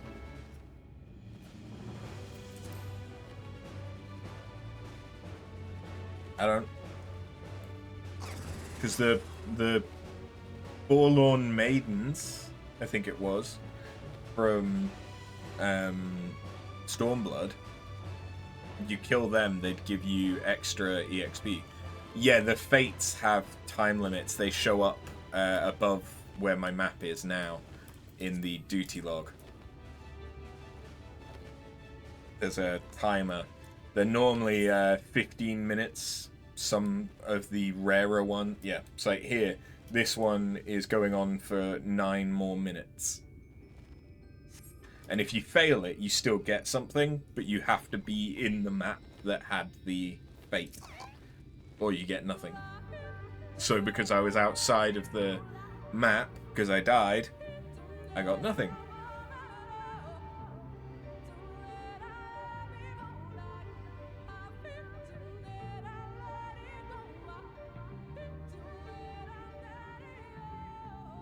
I see little sign of recent activity, nor hath any meaningful progress been made with the reconstruction. Mayhap Y'shtola sought shelter elsewhere. Come, let us quit this place.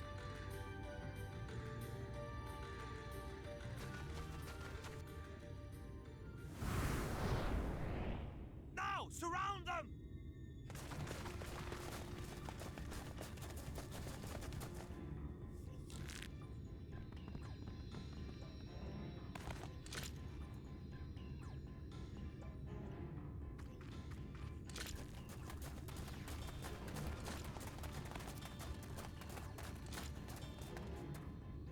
These senators, they're not like the others.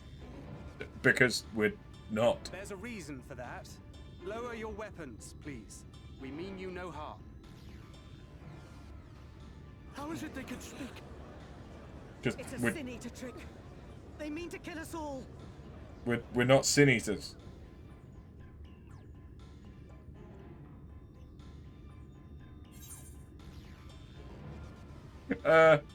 Cooper?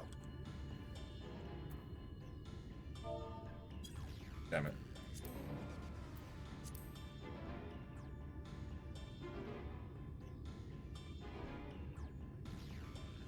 That will seem a lot less amusing when we are forced to kill them.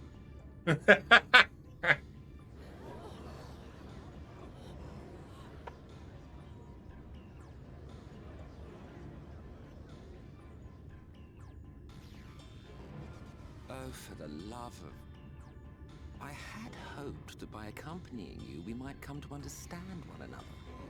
But all I have come to understand is that you have a knack for inflaming the natives. Yep. You've committed the cardinal sin of boring me. And so, I retire to the shade.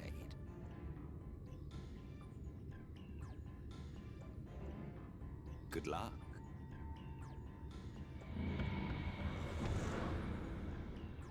Yep, because that's definitely going to help us. See that one disappear? I think I preferred La Habrea.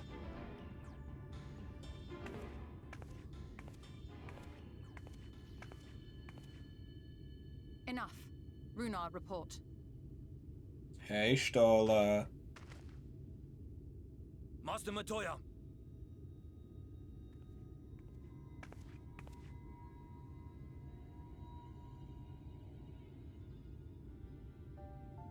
Looking good. We apprehended them as you ordered, but are you certain these are Sin Eaters? The intense light of the ether I saw was unmistakable. If not Sin Eaters, then what? Tis passing queer that Y'shtola should mistake us for the enemy, is it not?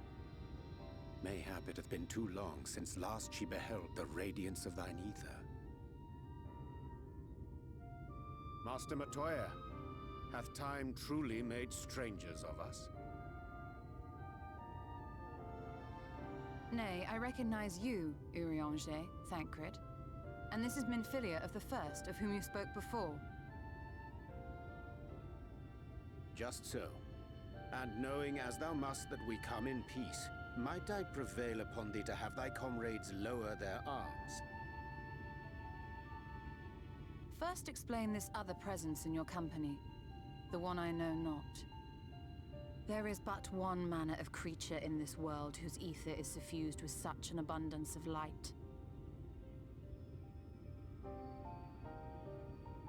Mine apologies, Master Matoya, but thou art mistaken. Before thee standeth our dearest comrade, the truest hero among us. Though she is but recently arrived here in the First, not one but two Light Wardens have already perished by her most puissant hand.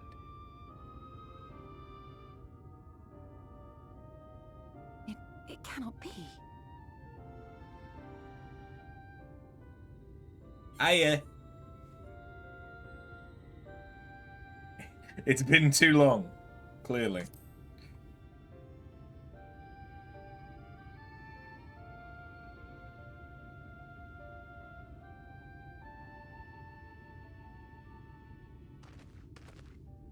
Master Matoya? Lower your weapons.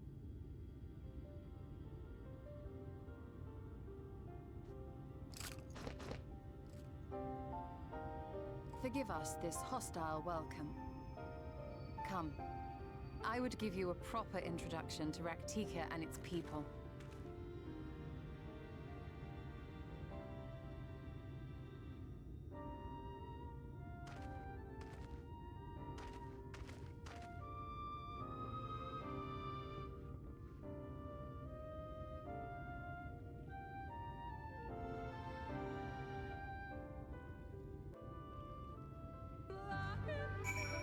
Lie?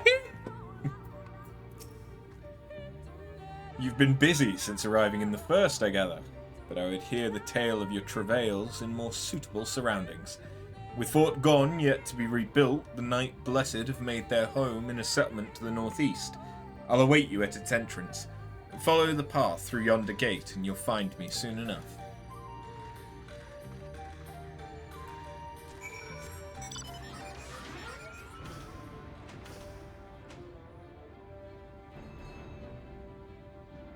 Yeah, the entire point of me trying that fate was so that when we find the bicolor gem merchant, we can buy the map, the riding map. Because I think it's about 70 per map, so I probably need to do like 2 fates. There you are. I was beginning to worry. Much like the Twelves would, this forest is a way of dealing with those who stray too far from the beaten path. But I digress. Let me show you the home of the Knight Blessed.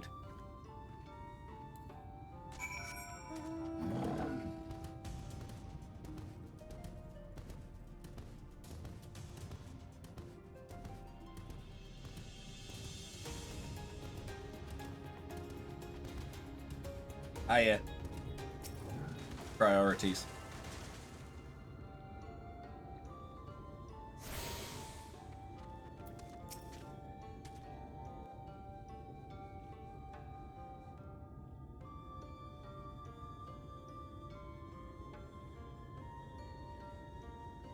Slitherbow is the largest of the blessed settlements. They worship no gods, instead revering darkness itself. It is a curious kind of faith, but one which has granted them the strength to persevere in the wake of the flood.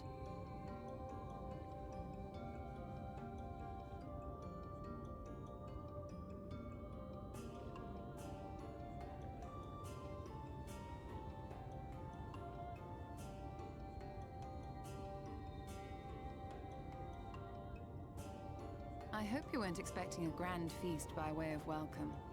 They are a simple people.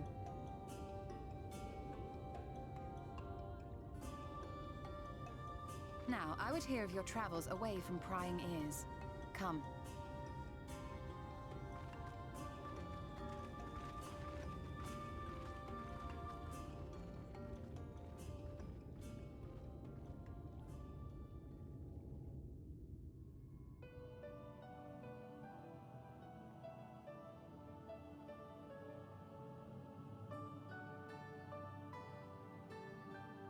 I see. And now you seek the Light Warden of Raktika. In the days after I arrived in the First, I too relied upon the Crystal Exarch for guidance. But his penchant for secrecy and the telling of half-truths soon lost him my trust. And thus did I strike out on my own. My work eventually led me here to the forest, which I've come to know like the back of my hand. I cannot say with certainty where your quarry is hiding, but I am confident I can narrow the search. Well, go on then. Some few thousand years ago, this forest stood at the heart of the Empire of Ronka.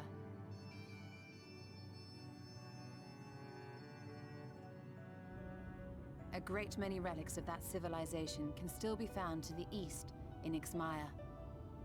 Or rather, could be found, were the area not fiercely guarded.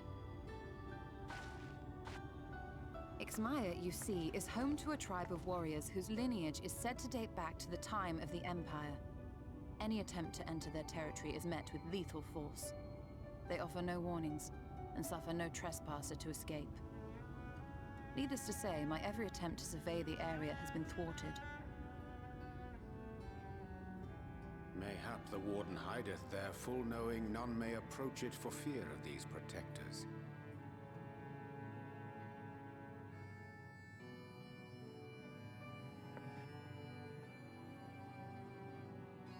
As for the tablet, I find the timing of its discovery suspiciously convenient. If I did not know better, I would think someone was trying to curry favor with me.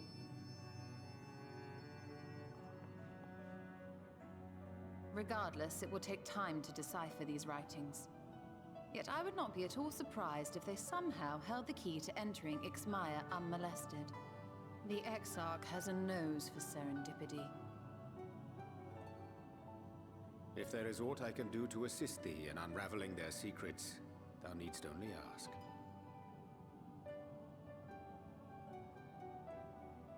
Thank you, Urianger.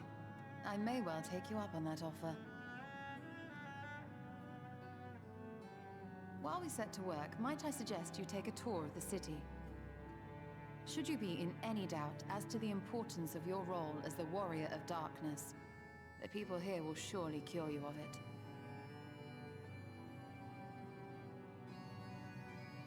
I must say, Ishtola, while most of us have struggled to come to terms with our altered circumstances, you seem to have adapted rather well. Lest you forget, Master Matoya and I dedicated our lives to uncovering the truth which hides at the heart of our world. Though separate, the fate of this reflection is nevertheless bound to that of our home.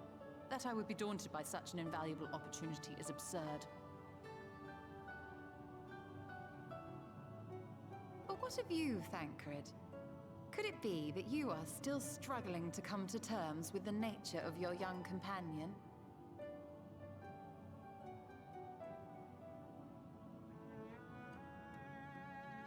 My struggles are none of your concern. Quite why you would speak thus and in this company, I do not know.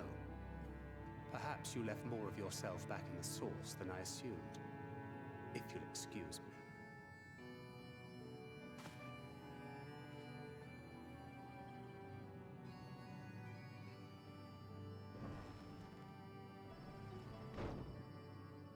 He understands that I'm not the same, that I'm not her. Understands, perhaps, but does not accept. The question being whether he ever will. And whether you will, more importantly. As difficult as your circumstances may be, they are yours, not his. 'Tis you and you alone who bears ultimate responsibility for your life.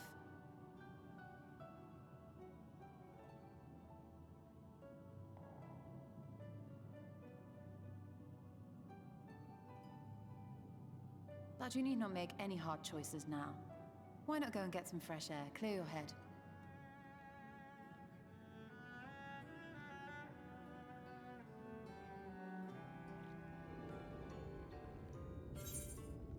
That did seem a little of a odd interaction between them, though.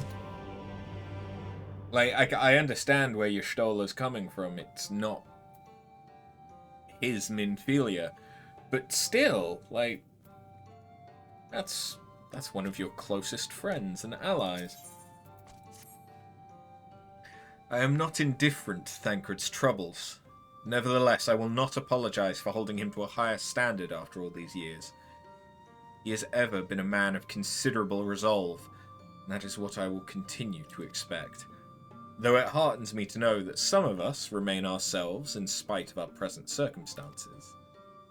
I can but imagine how Alizé and Alphino have changed since arriving here in the first. Perhaps you should be concerned with how you've changed. I realize I am not as I was in the source, but I cannot say I regret the decisions that allowed me to come this far. Returning to the matter at hand, I really must begin work on deciphering this tablet. In the meantime, perhaps you should take a look about Slitherbow. If there's anything you need, pray, speak with Runar at the plaza.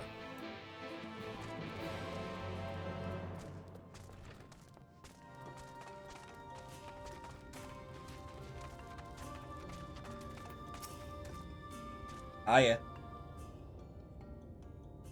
Welcome, friend, welcome.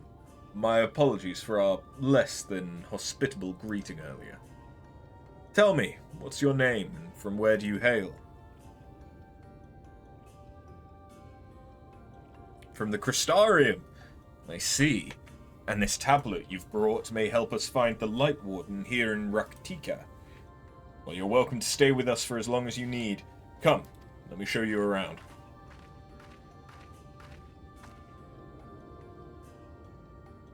Would it be alright if I joined you? Of course, of course! Anything for the guests of our dear Master Matoya. Thank you. She means a great deal to the Night Blessed, doesn't she? If not for her, we may have all perished in the Great Fire.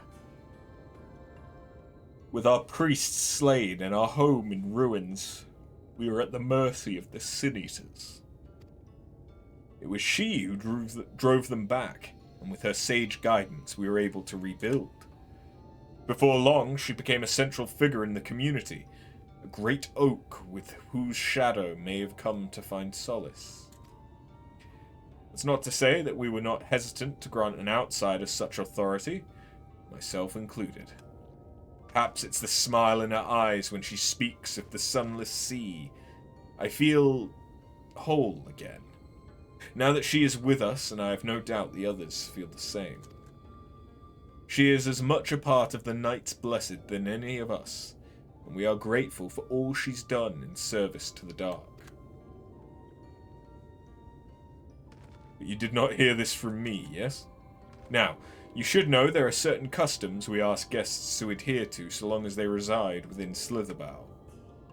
To show reverence to the dark. In a word, yes, but fear not, it's not too involved. Let's begin with something simple. Follow me.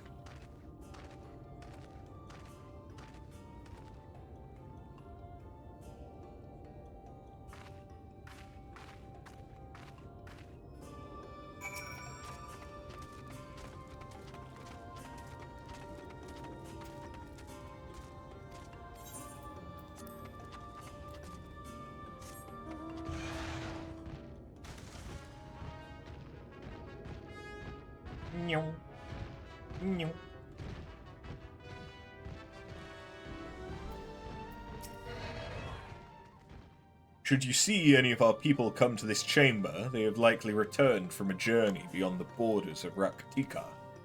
We use the water stored here to cleanse ourselves of the light's impurity. A simple and perhaps peculiar custom, but it is one of our most important.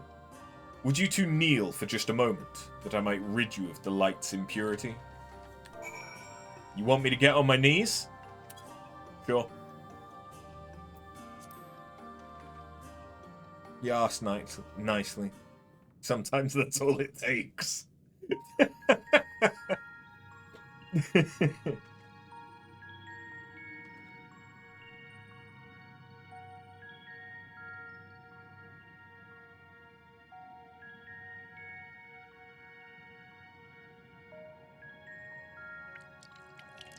And now I'm wet.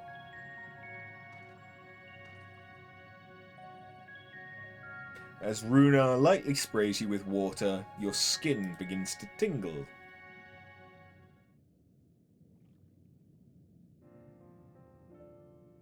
And with that, you've been cleansed of the light's blighted touch. How do you feel? I'm not sure, to be honest. Not refreshed exactly, but I do feel different. Has this water been treated in some way? Only blessed by our priests. They are practiced in the arcane arts as such.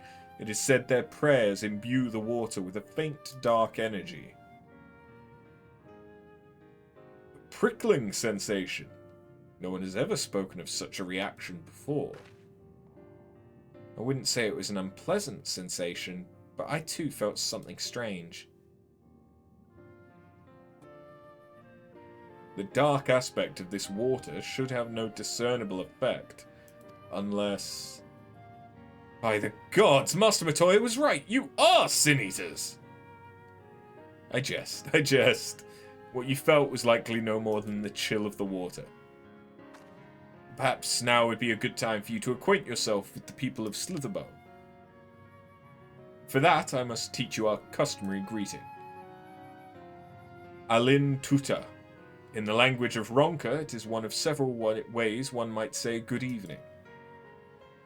The world is not as safe as it once was, and this greeting lets us quickly discern friend from foe. Is there a handshake or gesture we should know too? I'd hate to offend anyone. You need not worry. Merely speak the words Alin Tuta, and they will know you as a friend of the Blessed. I'll await your return here. Now go! They are like to be heartened by your knowledge of our ways. Okay, I get to yell at people! Whoop, whoop. Repeatedly.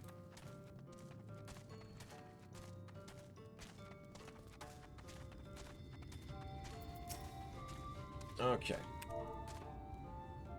All in. Huta. Yeah. The elderly one smiles warmly.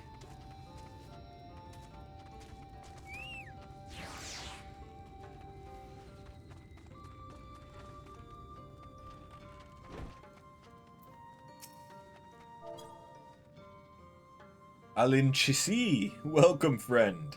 I take it you'll remain in these woods for some time, yes? Be wary of these woods. You'll find poison in near everything you see.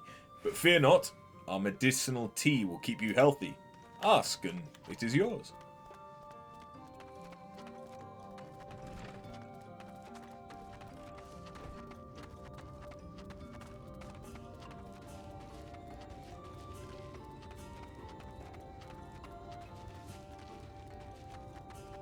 Vondia.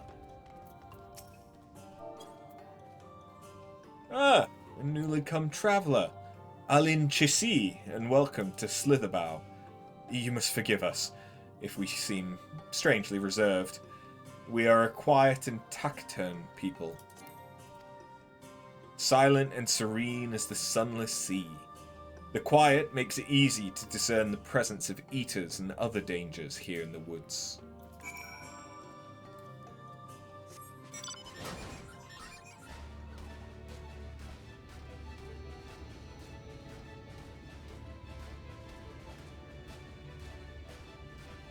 Thing is that other than the fact that you're obviously built into underground caves so you can just close the door, there's surprisingly little like barricades or anything to stop sin eaters. Everyone was so kind and gracious.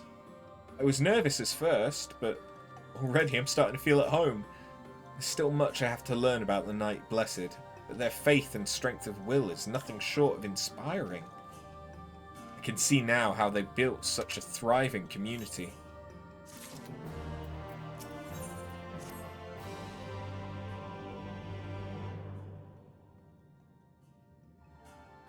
Ah, you are returned. Very good.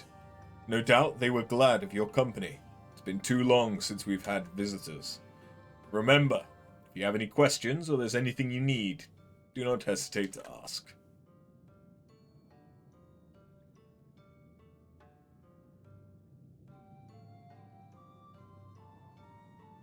Speaking of which, we must arrange food and lodgings for your stay. As friends of Master Matoya, we cannot ask for payment, but if you would be willing to lend a hand, it would be my pleasure.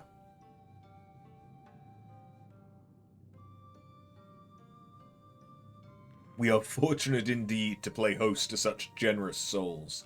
The task I have in mind is simple enough.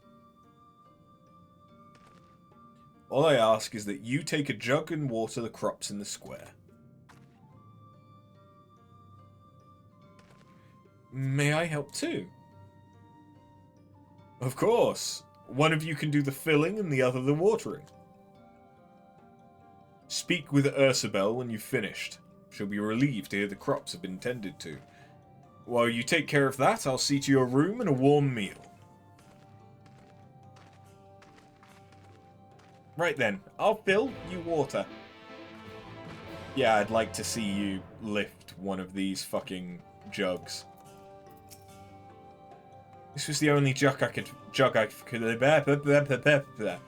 This was the only jug I could find which was small enough to lift, but I'm afraid there's a crack in the bottom.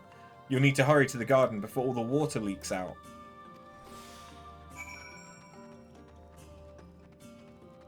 Just so they could force us into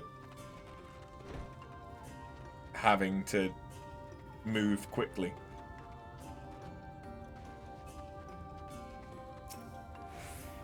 You've watered half the plot.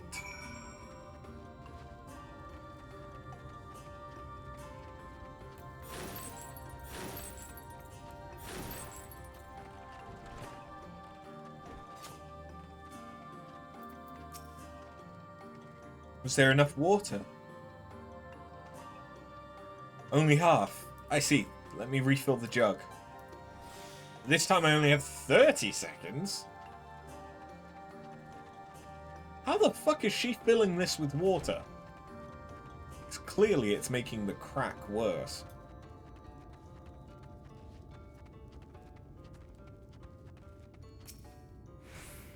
The whole plot has now been thoroughly watered. And you have... That's a point. I've not thought about where the fuck those are. He's got a... what I presume to be... ether current quest.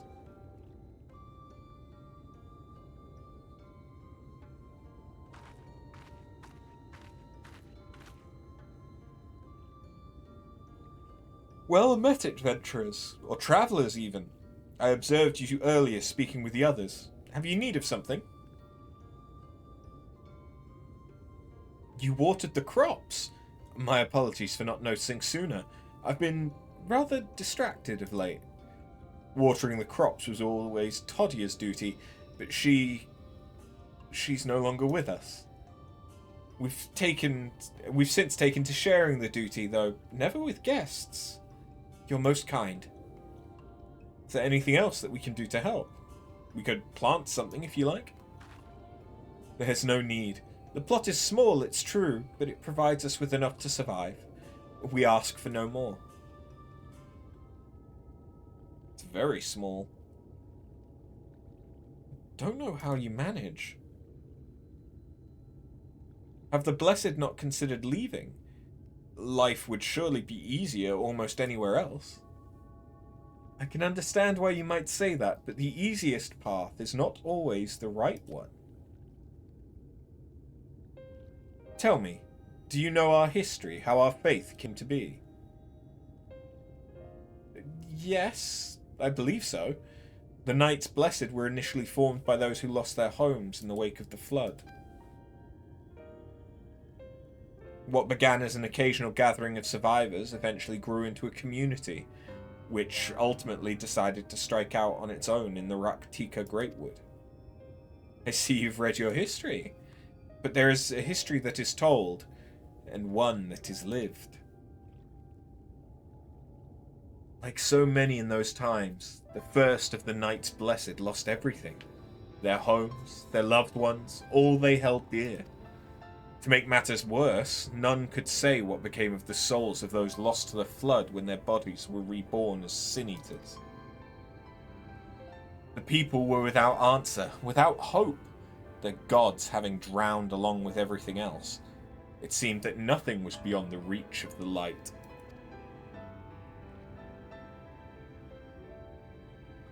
But soon they realized that where there is light, there must be darkness. And in that truth they found new faith, a belief that the souls of the departed could yet find peace beyond these burning skies, in the sunless sea above. That is why we pray, for the safe passage of wayward souls unto that blessed black abyss, the return of the night, that we might someday look upon kingdom of heaven with our own eyes. We remain in these woods for the selfsame reason our founders first chose them, that we may lead lives of simplicity, with the shade of these trees as a constant reminder of our faith. With so many seeking paradise in Yulmore, it's refreshing to find people who value a humbler existence. You are kind to say so. Many consider our way of life foolish, and so it must seem to those who yet cling to their worldly possessions. In times such as these, when everything can be taken away in an instant, it's all too easy to lose sight of why we fight to go on living. It is not to hold fast to material things, but to hold those who went before us in our heart, to keep alive the legacy they have left us. This we must do for them, our children and generations yet unborn. To keep their legacy alive.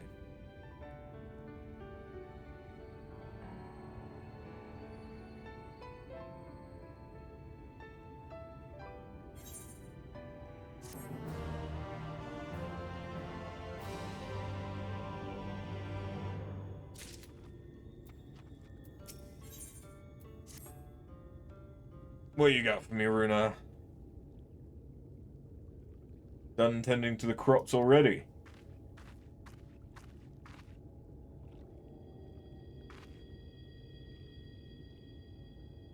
Very good. It should not be long before your room is ready. Runa!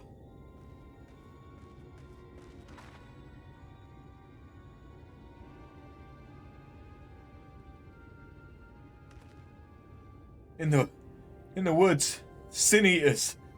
Yeah, they may have the touch. Where? In the grove to the southwest. For a mercy, they've yet to wander any closer. And we have no need to engage. Inform the guard no one's to set foot outside the village until they've moved on. But sir, what of Todia's Heartstone? It must be retrieved before the service. Of all the times for Sin Eaters to appear. Are you just going to leave them alone? Under normal circumstances, we'd not hesitate in striking the beasts down.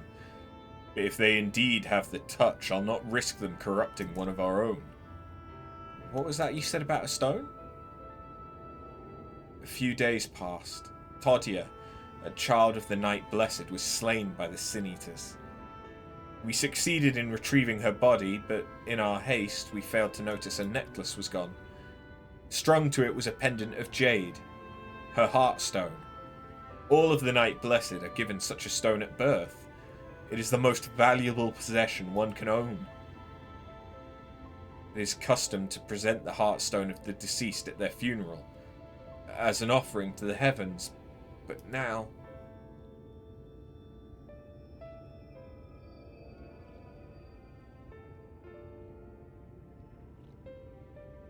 we could go look for it. What if I could find it for you?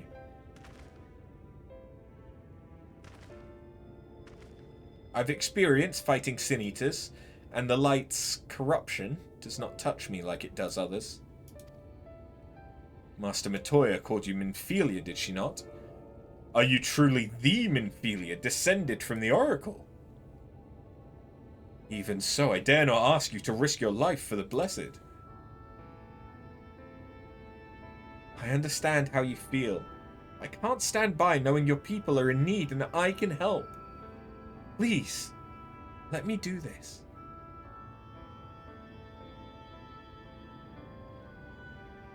Very well, but if the danger proves too great, you must retreat. I could never forgive myself if we were forced to hold a second service. I nearly forgot about Thancred. What if he returns before I do? Don't worry, I'll come with you.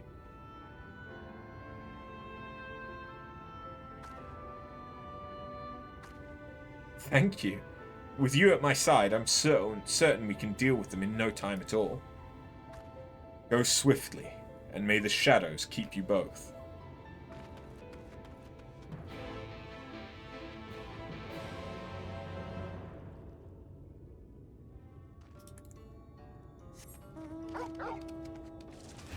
Varthon! What the shit you want? Ooh. He looks pretty emo. You! You're the guest Master Matoya was talking about. Please, you have to help me. I've searched high and low, but I can't find my friend Karns anywhere. I fear he's run off to Fort Gone again. It's where we grew up. It was abandoned years ago after the Sin Eaters attacked. The place is teeming with all manner of beasts now, and Master Matoya has expressly forbidden anyone from stepping foot there. Don't know what's gotten into him lately, but we have to find him before he gets hurt. If you should find him first, you want to tell him our password, Tuk-Tu. He's the skittish sort, so don't delay in telling him, so he'll know you mean no harm. Why do I have a feeling that he's not a person? Is he going to be like an Amaro?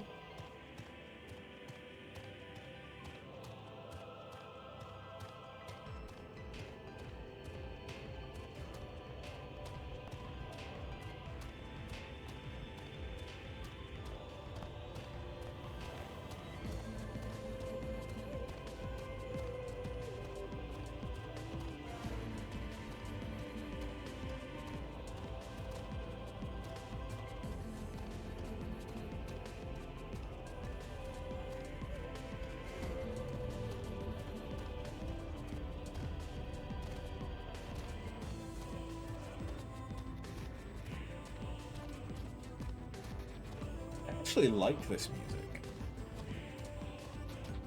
Pretty good.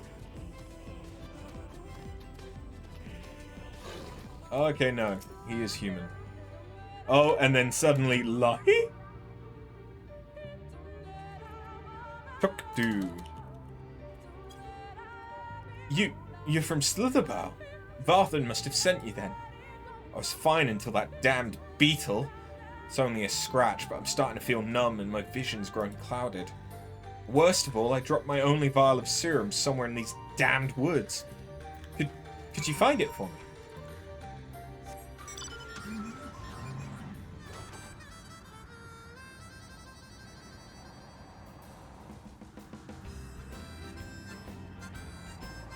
So, you went and got yourself poisoned. Seems the first ether current is around here too.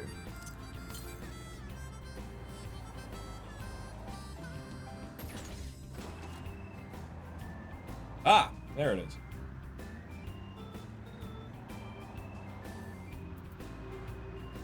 We are Venom is the fate that's over here. I could give that a go. Like I say, I still need some more bicolor gems in order to get the briding map. This time, I'll try not to just murder myself.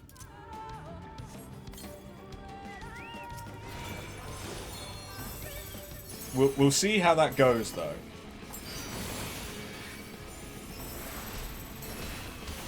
It's not going well. It is not going well.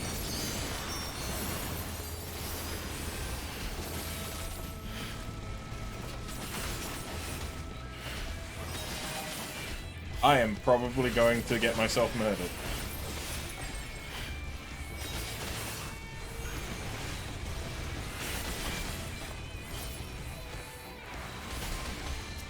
Uh-oh. Uh-oh.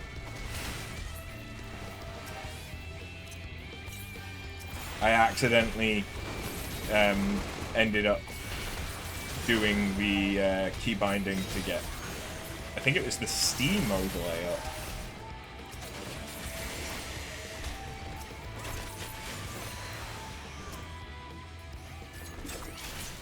It's been so long since I've last done that, I don't even recognize it anymore, apparently.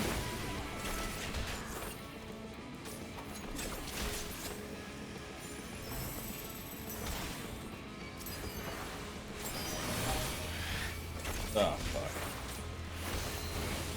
Take one out at a time for the sake of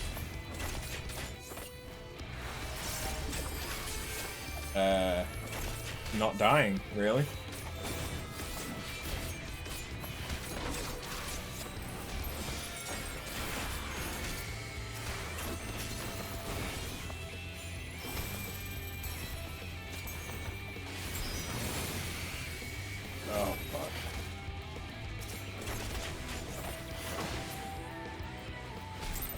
You can fuck off and all.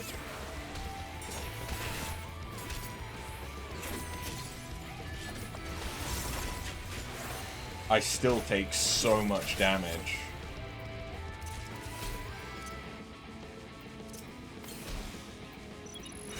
Even not level sync.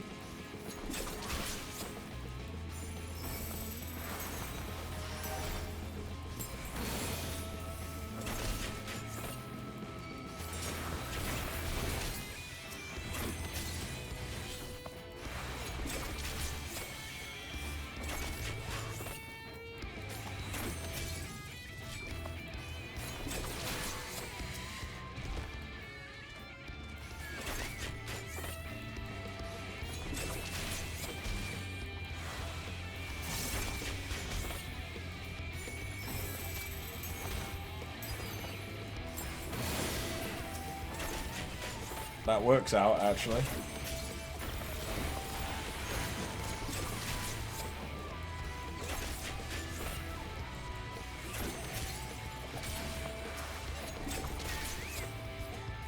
Probably, like, 2 more to kill.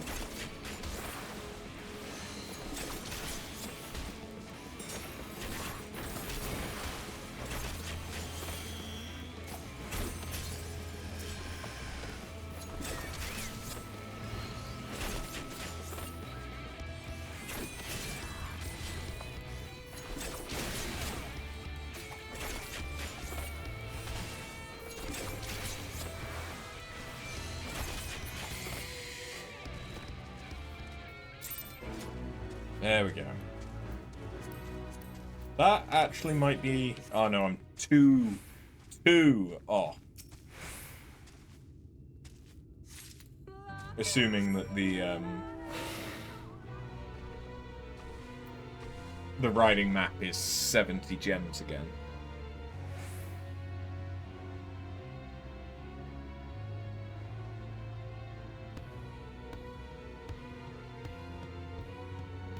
I wanna go speedy quick.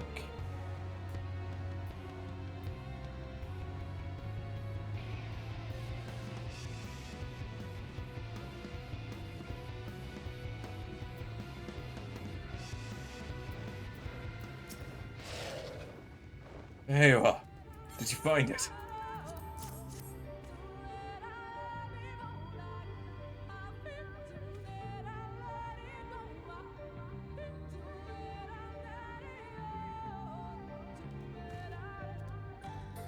Thank you.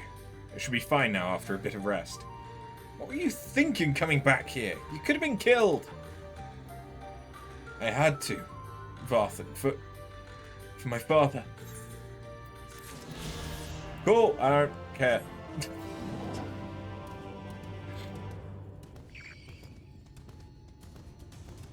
If this was a current expansion, maybe I'd do the side quests as well. But there are so many that I can't keep up with all the different storylines and stuff.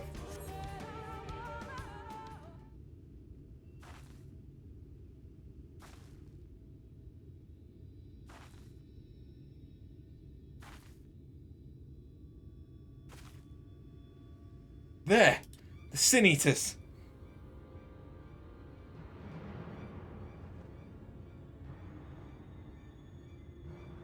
Those are the bosses from the first dungeon.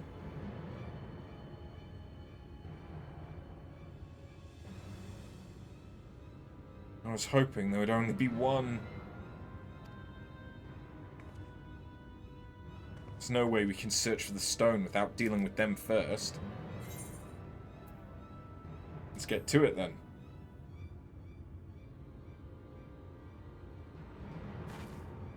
What? Shouldn't we make a plan first? Though there are only 2. I'll draw one of them away. You deal with the other.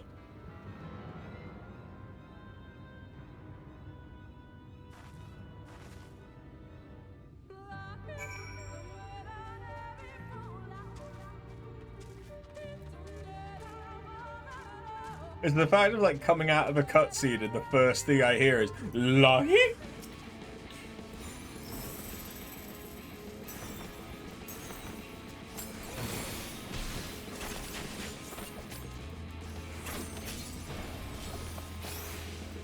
I forget, what's this do? Rising Rhythm.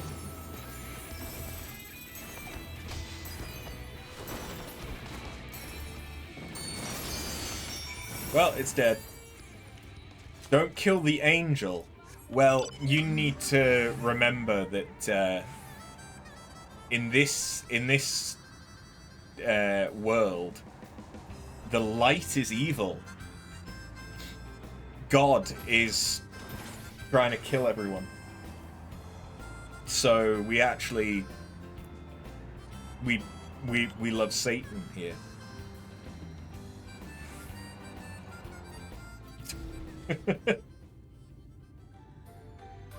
No, that's not quite true, but yeah, the aspect of light is vastly out of proportion with the rest of the aspects in this realm, which is why we're going around and killing light wardens in order to bring back the night. That's why this expansion is called Shadowbringers. After. There you are. It's done though. Although I fear I was a bit careless. I'll do better next time, I promise.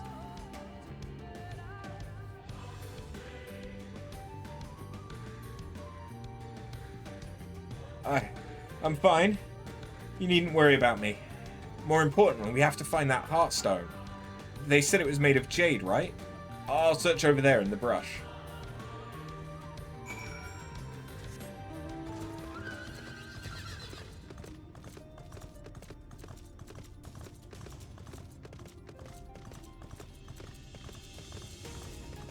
What about this pile of leaves? Nope.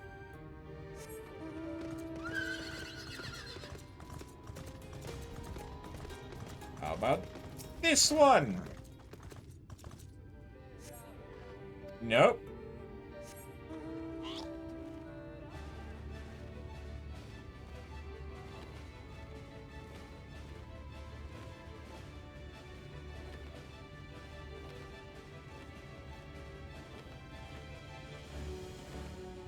Over here by these fucks?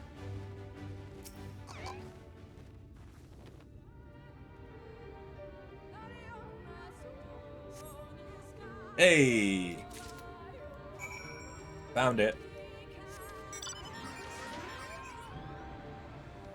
But...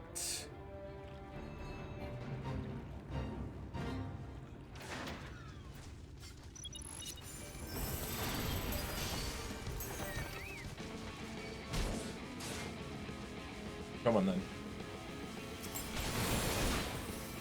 I can take 2 of them. I hope.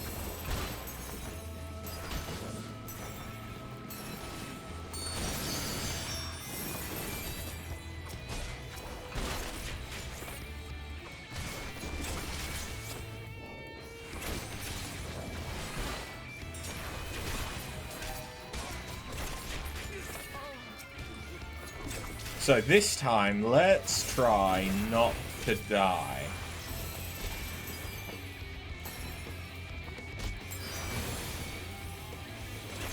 As soon as I said that,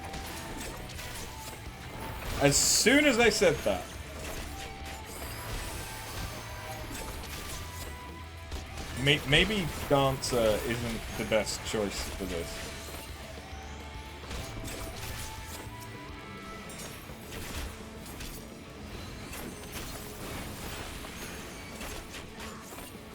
Motherfucker. Double motherfucker.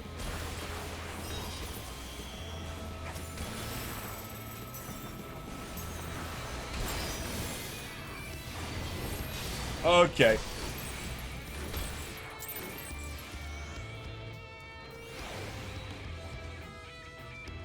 Oh, hey, this one's got a bonus to experience. What's this one?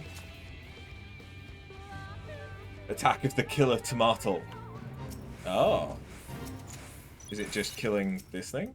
In which case, I could try that.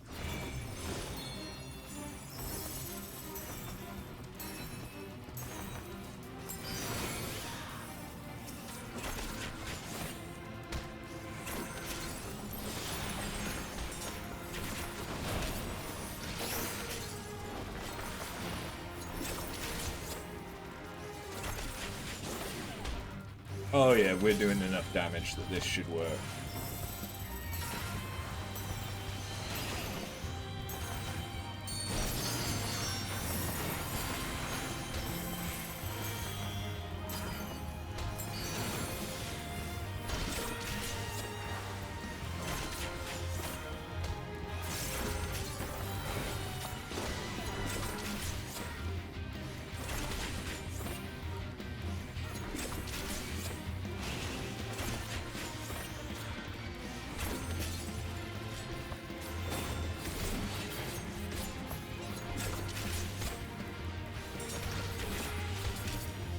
Halfway there.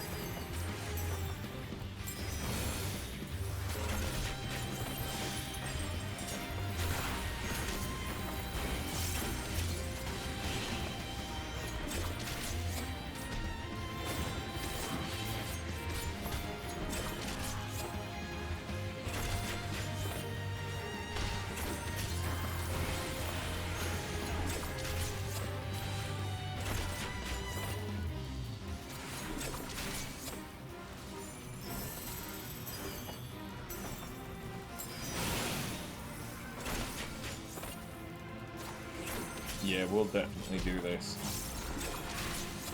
before the timer runs out.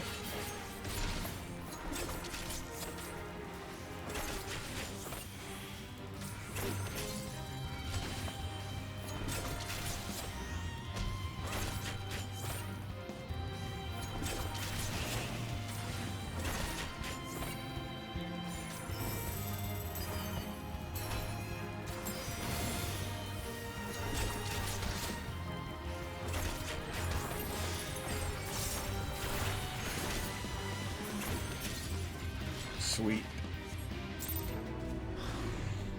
Oh, I forgot you get extra bicolor for doing those as well. Oh, well, we definitely have enough for the thingy now. The, whatchamacallit, riding map.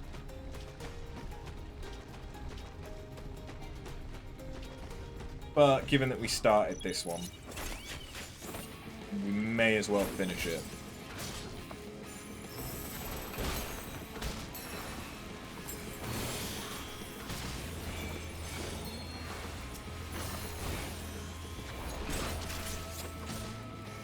Just need to be careful slightly.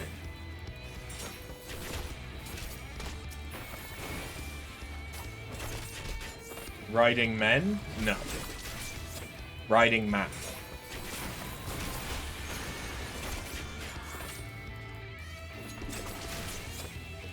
Because sometimes you get lost when doing reverse cowgirl.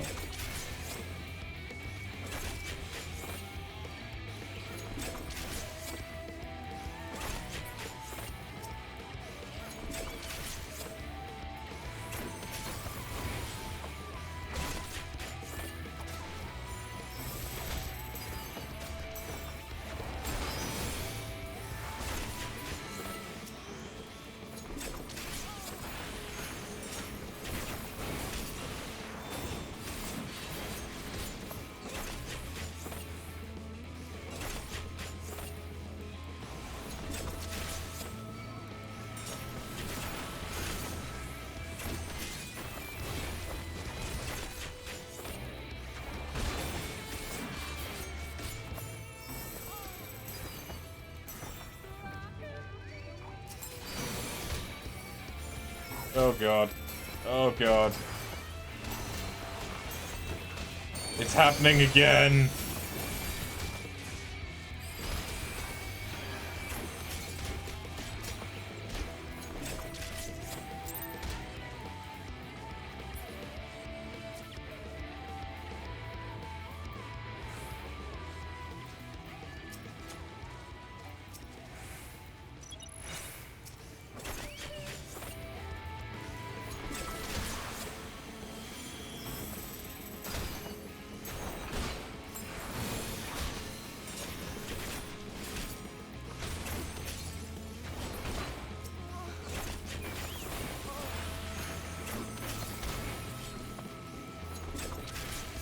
Alright, probably like 3 more.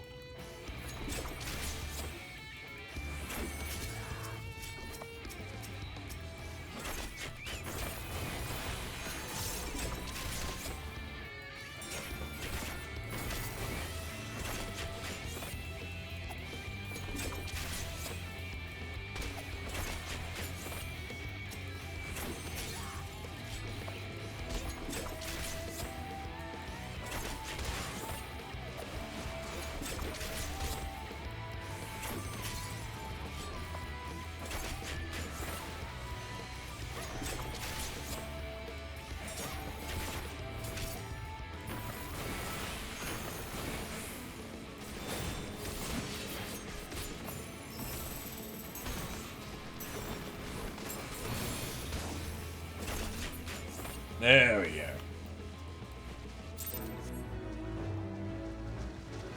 Revenge.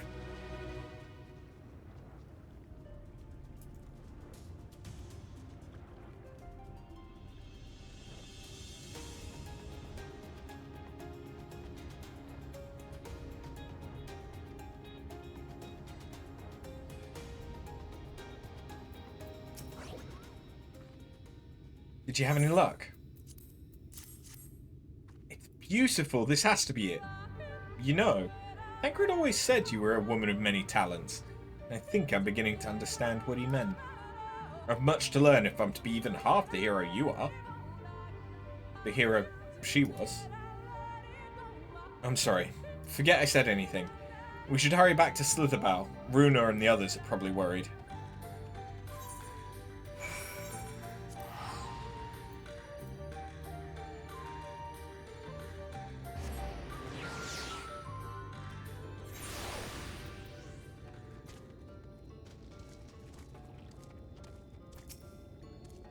Thank goodness you're safe. I'd begun to fear the worst.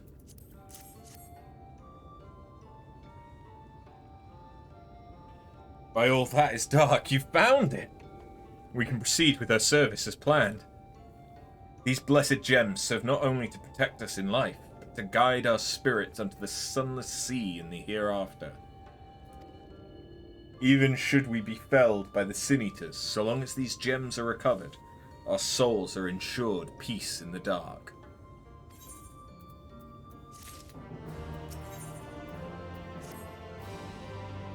Words fail to express my gratitude for this kindness you've done for the Blessed. I must insist you and your friends attend Todia's service as honoured guests. There's still much we must do to prepare, but please go and inform the others it will be held in the Darker. When you arrive, there should be an attendant present to explain the proceedings.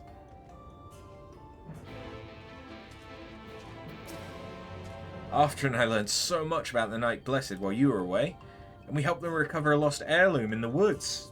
I know I wasn't supposed to leave, but they really needed our help. There were Sin Eaters, and as long as she accompanied you, do try to be more careful. Your injuries could have been a lot worse. How did you... Let's just say a little bird told me. And it's telling me now that Arthur has business with us. Is something the matter? They asked us to attend the service. Of course we'll go. It's being held in the Darker, isn't it? We'll take care not to be late, I promise.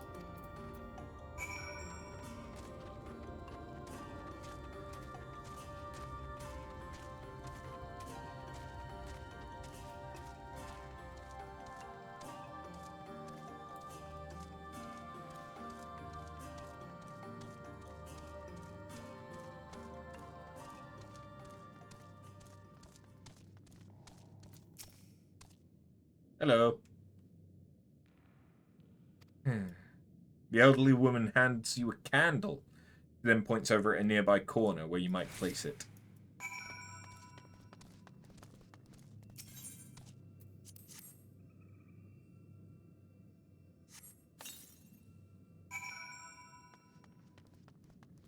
Oh, and then wait. Okay.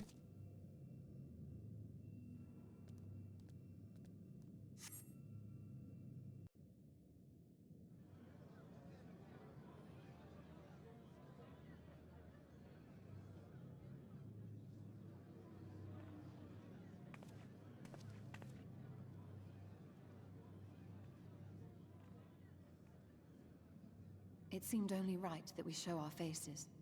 May we join you?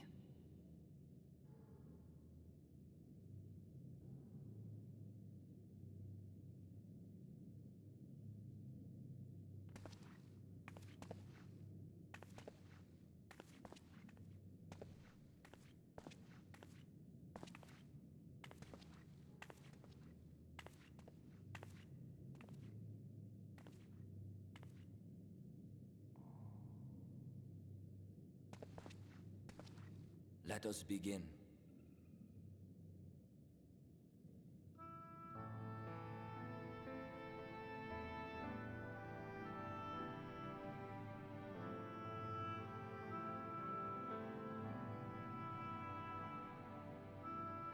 I thank you all for coming to pay respects to our fallen daughter of the night. In the light, she was known as Todia, but in the dark, we shall remember her always as Menin.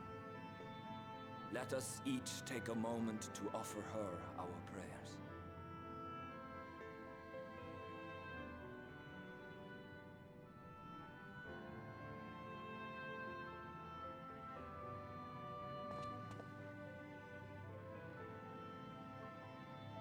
We entrust her now to the night's sweet embrace. In darkness will she be free from pain and suffering, now and forevermore. May her soul find peace in the sunless sea of heaven, and in the love we bear for her in our hearts.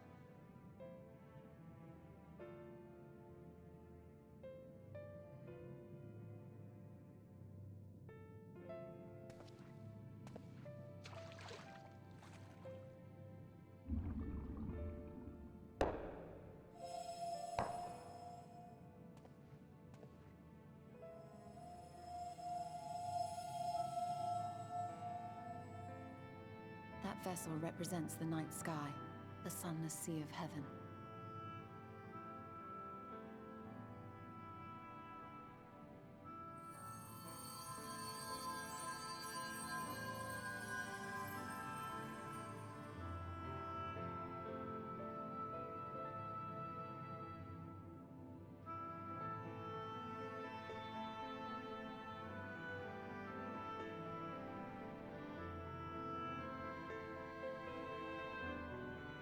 Call upon you now, O bringer of shadow, to lead this gentle soul unto the sea.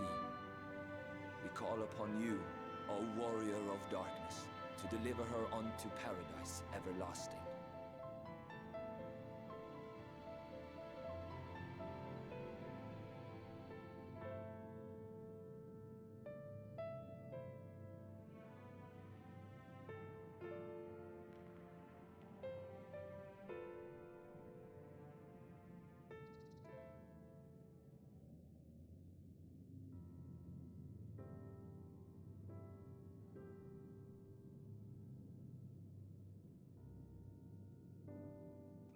I am told you assisted in the preparations for the service.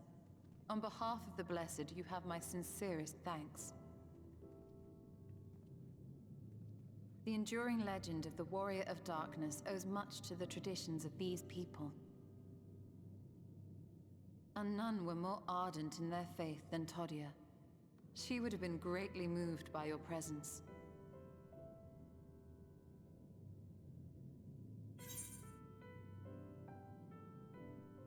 I'd have liked to have met her.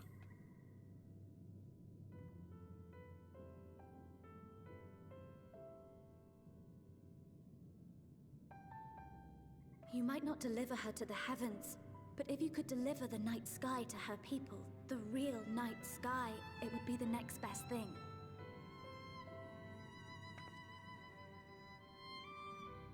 Their prayers would finally be answered. They could gaze up at the firmament and see their ancestors in every twinkle of the stars. We cannot allow their hopes and dreams to drown in the light. We have to bring back the dark. If we don't, who will?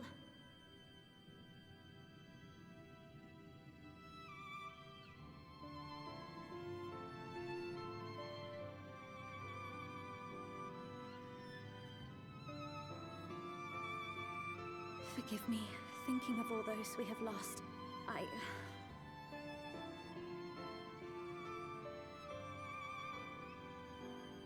No, it's all right. We will bring back the dark.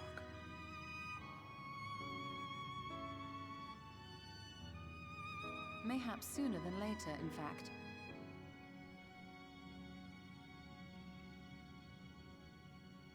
Urionje and I have finished deciphering the tablet, and its contents were most illuminating. Let us reconvene in my chambers. We have much to discuss. Oh,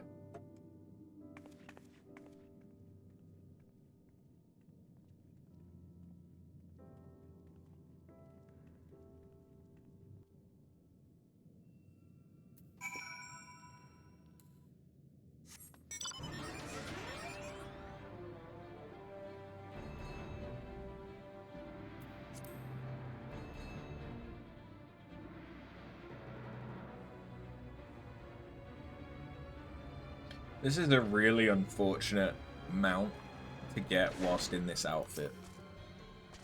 Good, you're here. Thanks to the Exarch's gift, our next course of action is now clear.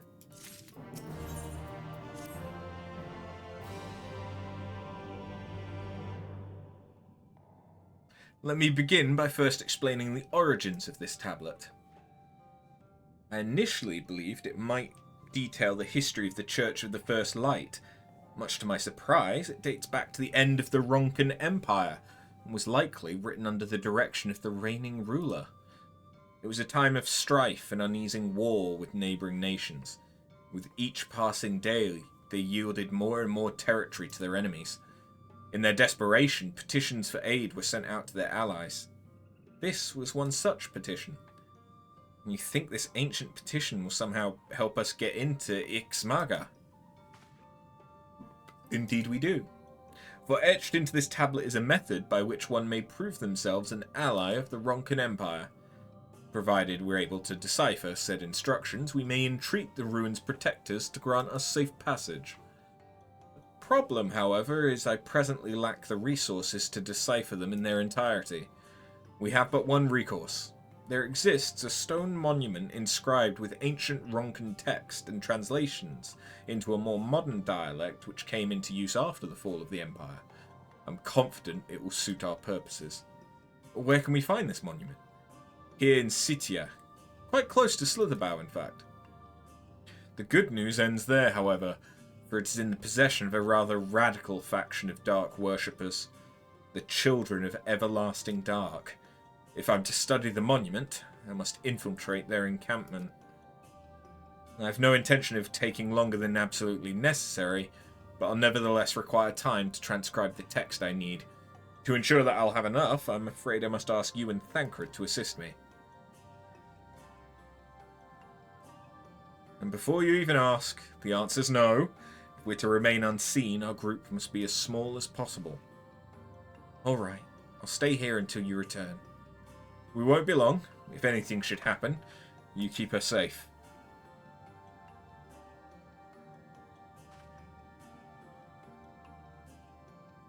Then let us convene outside, to the west of Slitherbow, where the path diverges.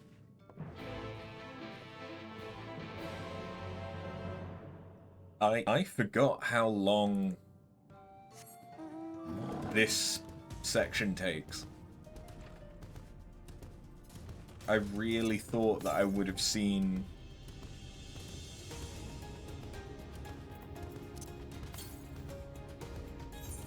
I would have seen some bum buns by now.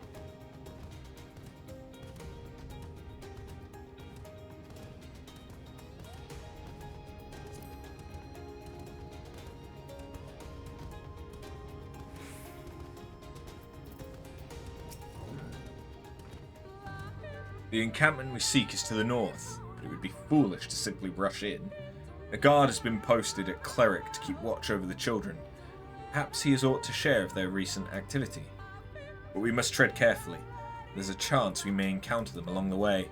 Stay close and stay alert, and avoid a confrontation if possible. They rejoice in dealing death to others, claiming that in doing so they cleanse their victims of sin and usher them onto the sunless sea. I'd rather not sully my hands defending myself against such madmen.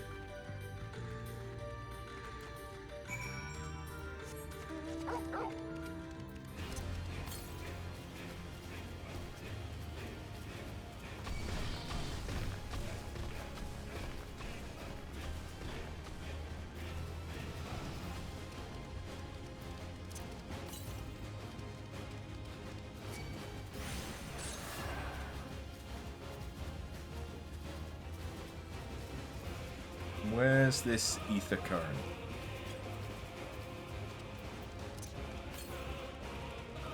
Okay, it's to the east. So basically, I should have just kept going where the story told me to. Understood.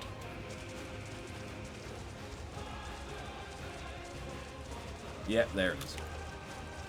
They usually are placed somewhere at least relatively close to where the story's going to take you.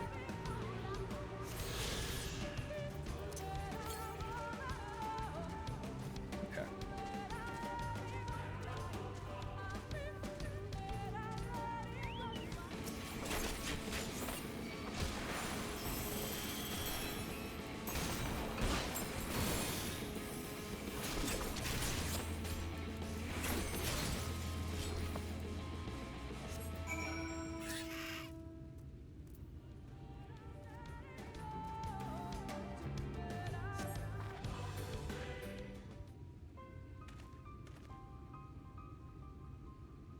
The Blessed Dark. Thank goodness you're unharmed. We would have arrived sooner, but we too had a rather unwelcome visit from the children. You're an acquaintance of Master Matoya, then? My apologies. The children have been acting strange of late, so I thought to take a closer look. I was careless. Strange. What have you seen? At first, there seemed to be nothing out of the ordinary, the usual gathering of ingredients for poisons from flora and fauna. Then I took notice of their venomous spiders. They've been breeding them in much greater numbers. It's as if they're preparing for something. Any ideas as to what? Could be anything, really. If it meant the end of the Blessed, nothing would be too cruel or violent for them. But perhaps we can use their present preoccupation with spiders to our advantage. If we were to introduce a threat to the nests where they keep them, the children would be compelled to save them. Bees, for example, are a natural predator of spiders. Set them loose on the nests and we should have our opportunity to sneak into their encampment. What a mischievous plan. I like it. With a bit of smoke, we should be able to subdue a few colonies long enough to secure their hives. Have you anything we might be able to use? We should have smoke bombs at the outpost, just over there. Then it's settled. Grab a few smoke bombs from the outpost and search about for beehives. I imagine the bees won't take too kindly to your visit, but once they're knocked out, take the beehives and bring them back to here. 2 will suffice, I should think.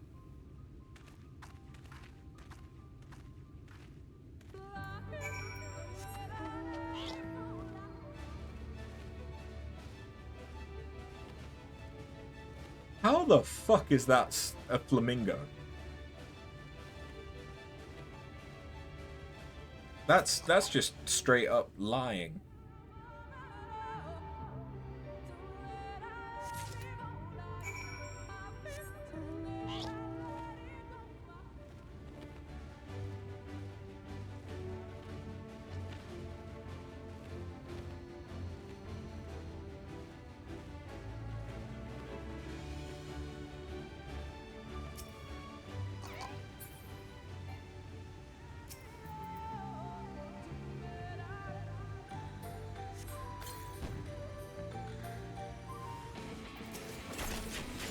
Soldier bees?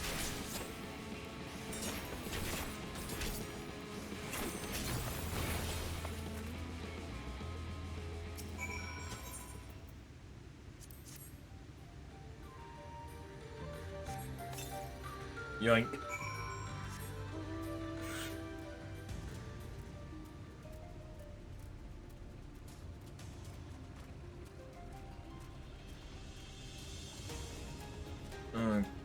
Okay, and the other one is really not far from where we got the smoke bombs. Okay. I suppose it's about the same distance as the other one, to be fair.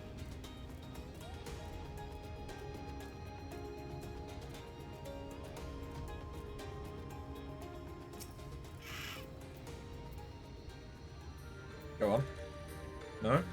There we go.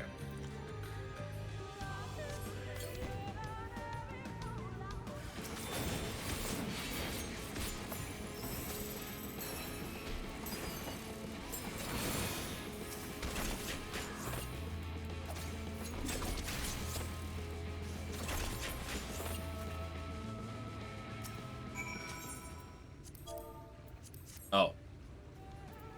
I tried to use the one that already had a beehive in it.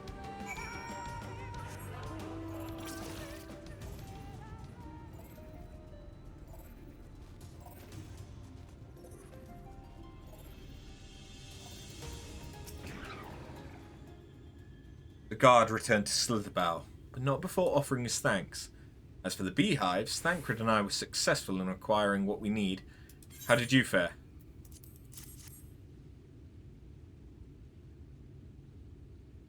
This is more than enough. The children are certain to be displeased. Let us hurry, before the bees begin to stir. Not the bees! The children's settlement is to the west, a place they call Woven Oath. According to the guard, there's an airway apart from the entrance which leads to the spider's nest. If the fates are kind, the way will be clear.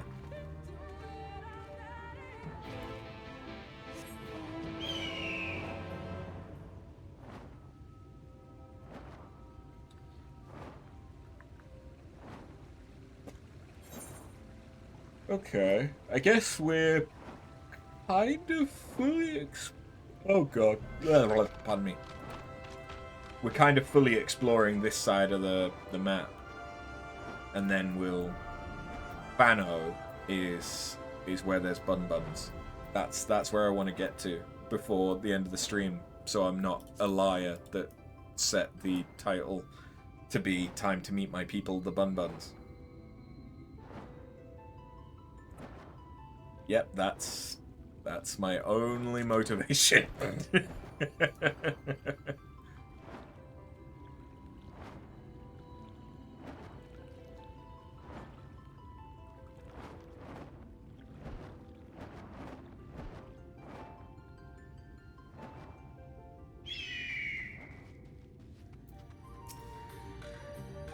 I have one, so that's good. Yeah, I guess. Up there's the airway. Do you see it? Bit far, perhaps. But we should be able to toss the bag through. Though we should probably loosen the ropes, keeping it closed. Enough that it falls open when it lands inside. May I do the honors?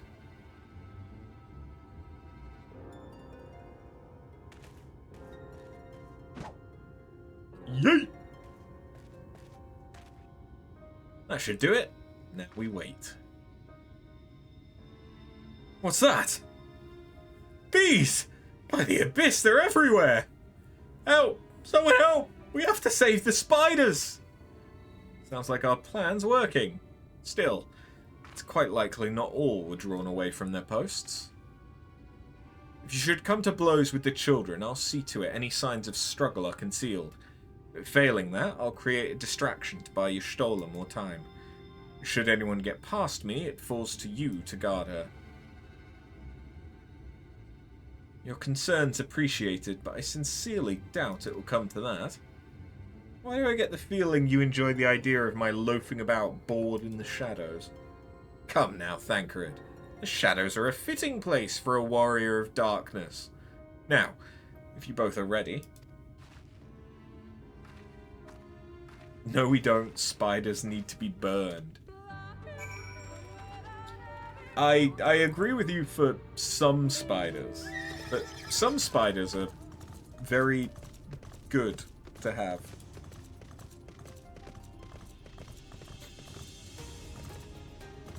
Like, I don't mind most house spiders. personally. It's a bit of a different thing if it's like there's a spider on me.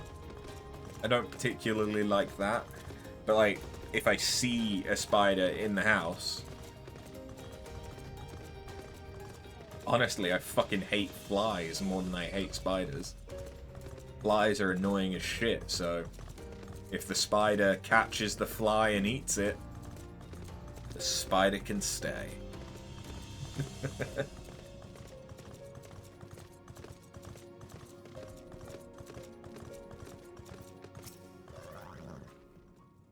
The font of seeing suggests this is a chamber for prayer. At the very least, they would not place this near potential distractions from their worship. Perhaps the monument is further in.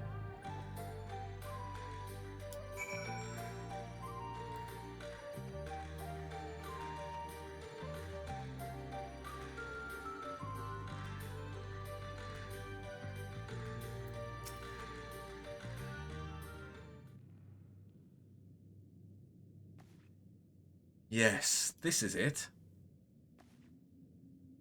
I'll be but a moment. Keep watch of the entryway. On second thought, would you mind examining the murals on these walls while I look over this? At a glance, I can tell they're old, predating the founding of the Blessed and the Children, in fact. We're not like to come here a second time. It would behoove us to learn all that we can. Okie dokie.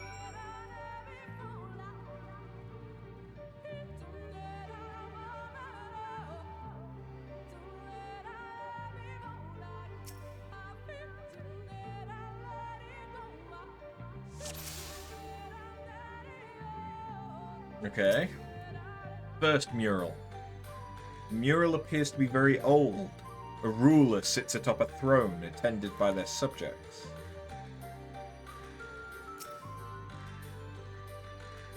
The mural appears to be ancient. A warrior in the middle stands triumphant over what appears to be a creature of shadow. Another figure surrounds the warrior, rejoicing in their victory.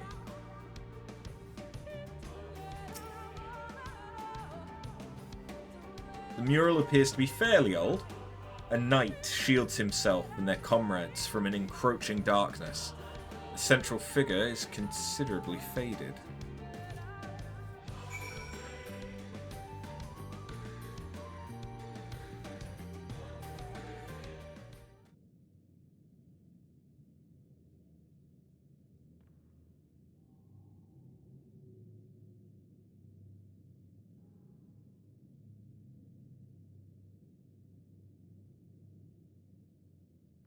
These paintings, they seem familiar. Depictions of heroes throughout history. The Age of Gods, the Empire of Ronka, and this.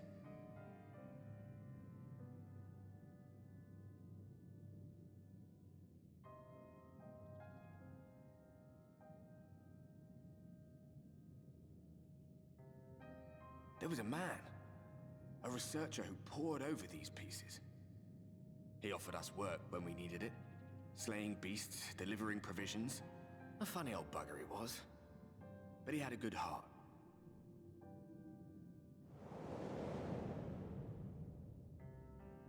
He believed this first painting dated back to a time of myth and legends. A tribute to the heroes of a long-forgotten era. The story went that it was rediscovered by an explorer from Ronka, was so struck by its majesty that a second painting was commissioned, commemorating the heroes of their day. One day you will all be here too, he said. Heroes immortalized forever. Maybe I'll paint you myself? I had a good laugh at that. We were only trying to make our way after all. Being heroes couldn't have been further from our minds.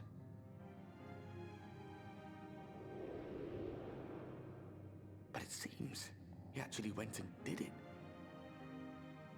Before or after the flood, I wonder. Rather faded, isn't it, compared to the others? Or did someone try to scrape it off the wall? Well, maybe the man himself once he came to his senses.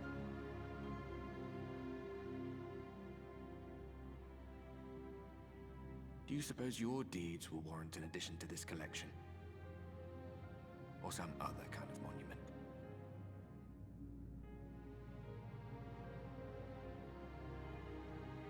There you are. I have everything I need. Let us quit this place.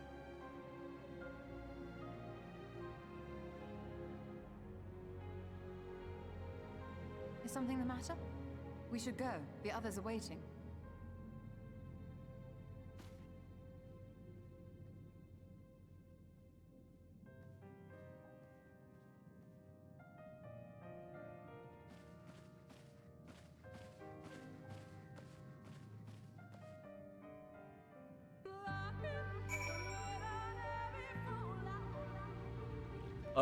It is that the lahi out of nowhere just instantly breaks any immersion.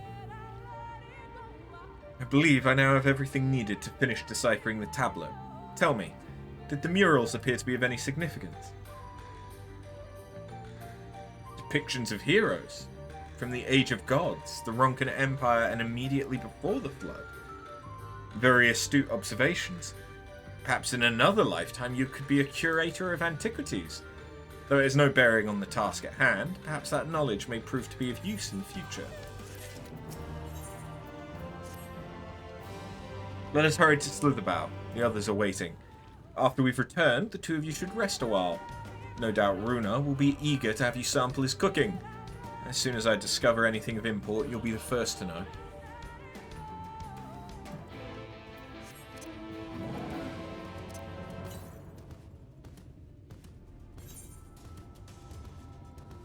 I doubt that's going to be on this side. It's probably going to be over toward Fano.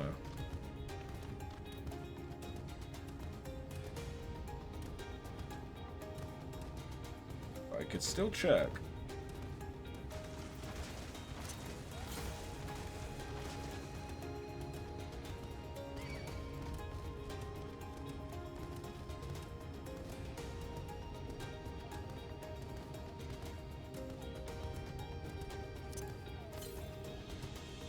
Okay, no, it's definitely the other side. Near Fano.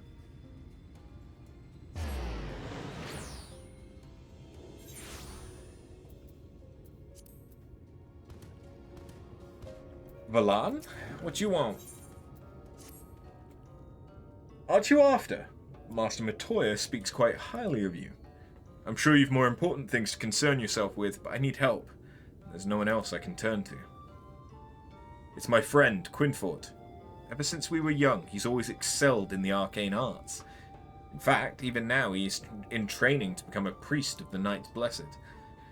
Perhaps the greatest of his gifts is clairvoyance, but I fear it's taken a toll on his mind as of late. He's always been different, but not like this. He's changed. Frighteningly so.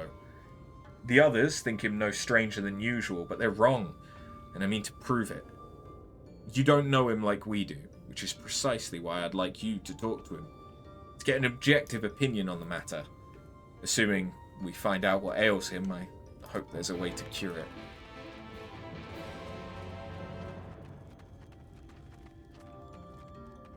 Turns out, he's just horny.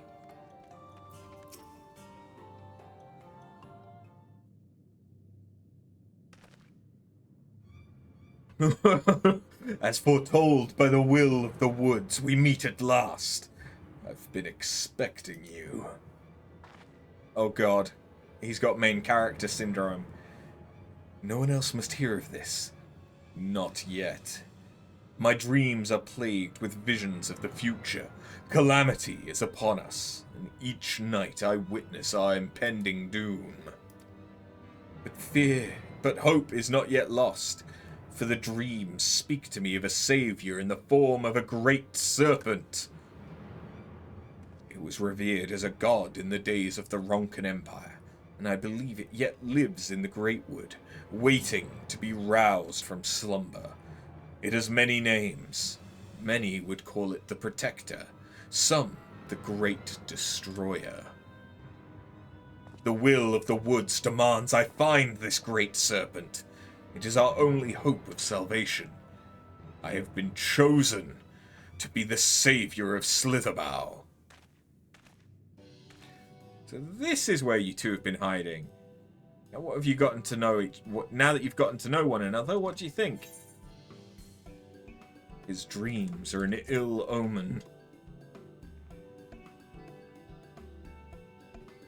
You believe him? Oh dear, I fear I've made a terrible mistake. Please, don't tell me you two have communed with the will of a star or some such nonsense. Valen, please! We're in the midst of a most important discussion. And when you first began talk to these dreams and delusions, I held my peace. But I won't let you drag anyone else into this. Such narrow-minded thinking is why only I have been chosen by the wood. By the great serpent. Yeah, whatever you say. You've mocked me for the last time, Valen. I will summon the great serpent this very day and prove to you the truth of my visions. Quinford, wait! Where are you going? To meet with misfortune would likely bring him to his senses. He's my friend. I can't stand the thought of him getting hurt out there. Will you help me look for him? If anything should happen to him, I'd never forgive myself.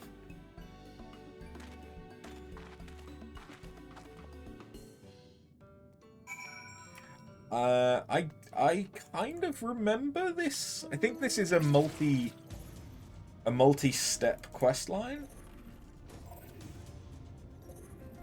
I think.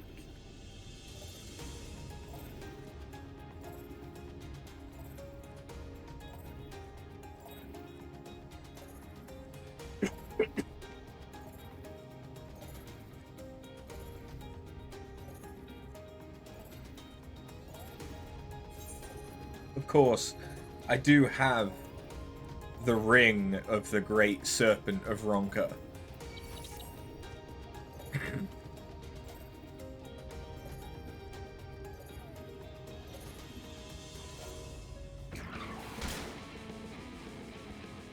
He hit me so hard he disappeared.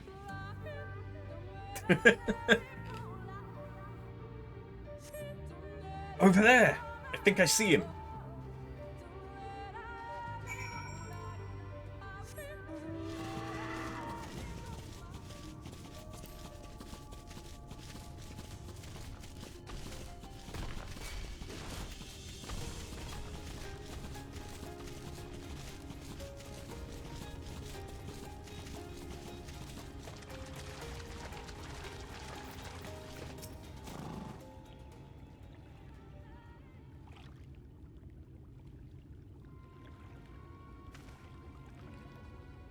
Enough, Quinford. Even you should recognize the danger of wandering off alone in these woods. You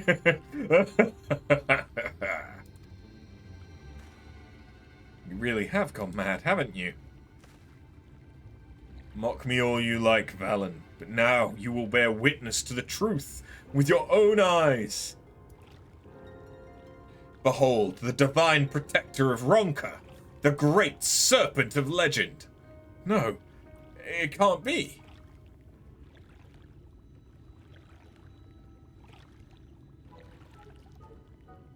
Oh, but it is. That's the great serpent. I see nothing great about that. What is it? I refuse to believe that's a serpent. Please tell me you're joking. Do not be jealous, Valen. The will of the wood works in mysterious ways. And this serpent is the key to our deliverance.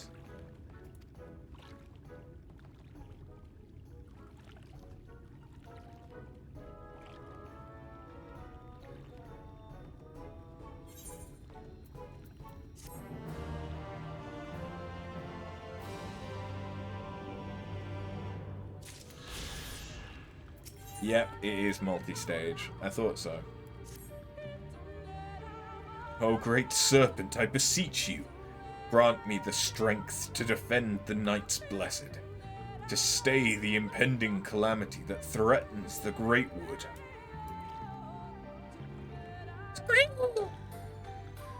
Can't believe this is happening. Look, if you want to keep that thing as a pet, I won't stop you, but we really should return home. You're right. To remain here any longer could place the Great Serpent in danger. But the question is, how do we transport it? We'll not stand to see the Great Serpent debase itself, crawling on its belly like a snake? Just pick up the damn thing and let's go. By the abyss, Valen, show some respect.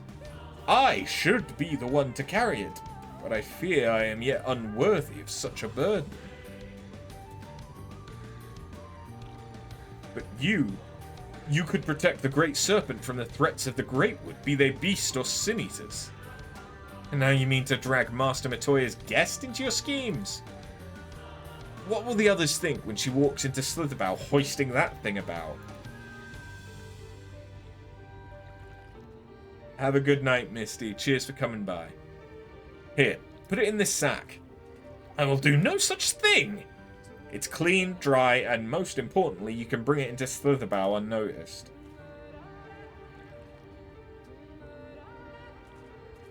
Fine. Listen.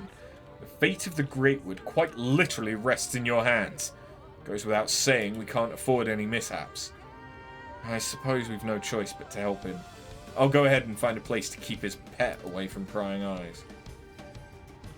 Deliver the snake-filled sack to Valen.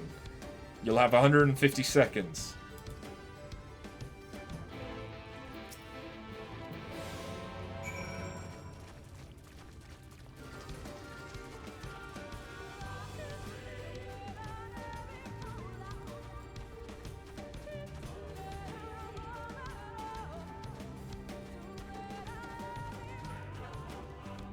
Scripting gameplay.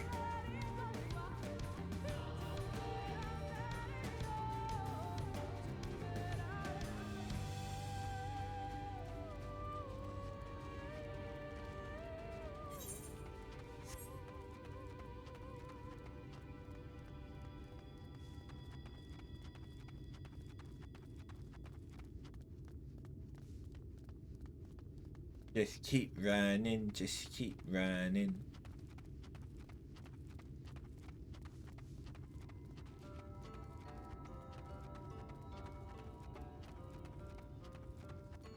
I kind of wish you could sprint whilst carrying stuff.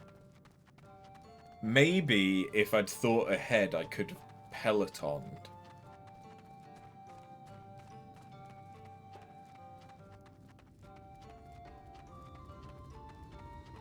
Like if I already had the buff. I don't see why that wouldn't take effect.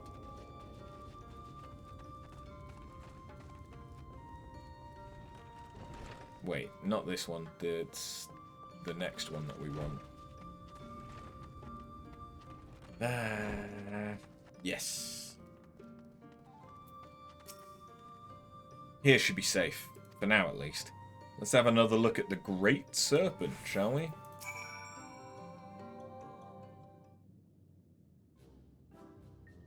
It's adorably dumb. Good work, you two. Can you believe it?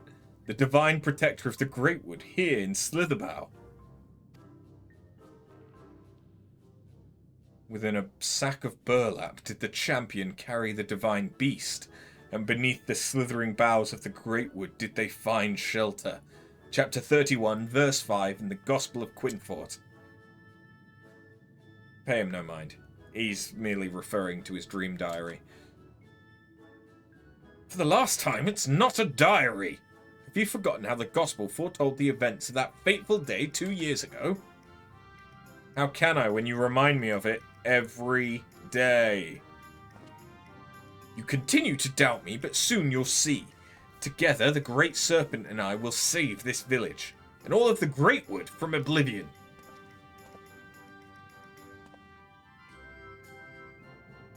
Scree!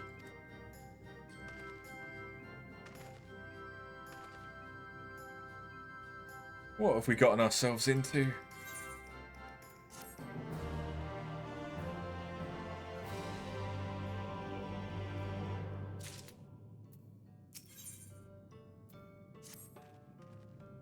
I hope you're satisfied now that your new pet is here, safe in Slitherbow. And thank you, After. I now understand what's been troubling my friend all this time. I fear this might strain our friendship, but I don't believe this is something we can't overcome. Take care, and may the shadows keep you. Wait. Please, Quinford, there's no need to involve her in this any longer. I've been giving thought to the Great Serpent's chosen form, and I think I now understand why it chose to present itself to us this way. Look closely at the pattern of its scales. I believe they represent the network of currents by which aether flows through Raktika, the very life force of the Great Wood. And here, the scar that intersects them there on its belly. It's an omen of the coming calamity that would disrupt the flow of life in the Great Wood. Quinford, stop! It's just a scratch. Probably from a rock as it slithered or rolled or did whatever it does to make its way through the forest. All these signs, and still he refuses to see, like all the others. If the Great Wood is to be saved, it's up to us. I can only assume you remain at my side in the hopes of receiving some generous compensation. If that's what it takes, so be it. The scar on the Great Serpent's belly calls to mind Lozathel's conquest. That is where you'll find the source of this ill omen. Bring it to me and you'll have the reward you seek.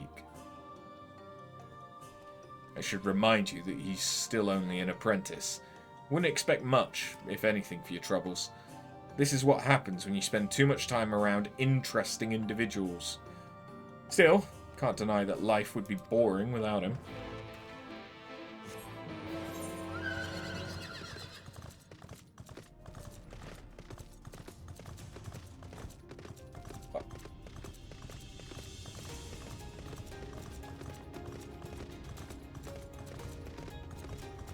We really haven't made much of a dent in this map yet. I very, very much so underestimated how long Slitherbow can take.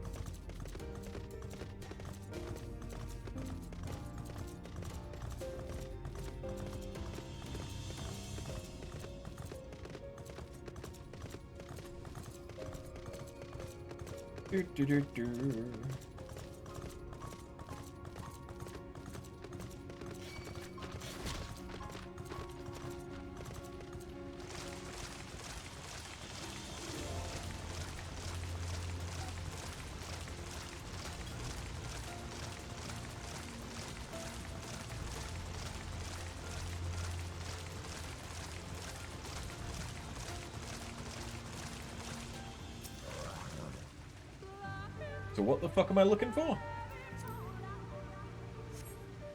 You survey your surroundings, but find nothing.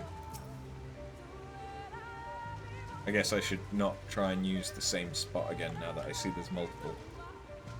What about this one? This looks like something.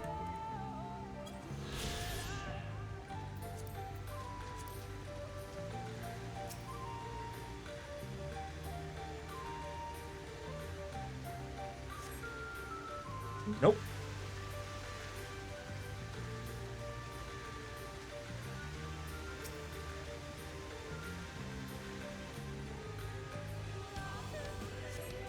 Something in the water catches your eye. You brush away the dirt and find a charm of some sort. Quinford will no doubt be interested to see what you found.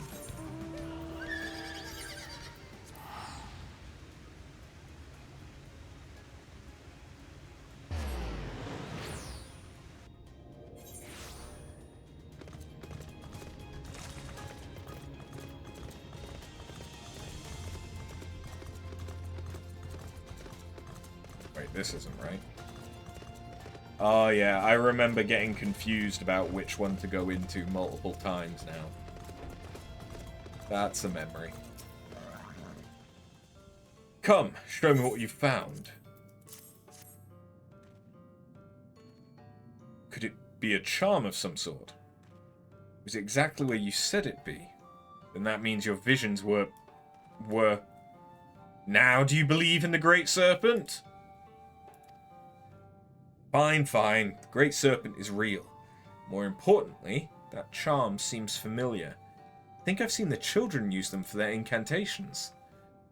I'm sure of it. My father once found one while hunting in the woods. If memory serves, they can be used to invoke powerful fire spells after absorbing enough ether. By the Abyss, if they plan to use them to siphon the Great Wood's life force, my vision will at last come to pass. Why are you laughing? Don't you realize how serious this is? That flow of ether you were talking about converges here at Slitherbow, doesn't it? It's why we have such a large aetheryte outside. If the flow is disrupted, our crops would wither, the land would be rendered barren, animals would die. It would mean the end of our village, and all of Raktika would likely follow.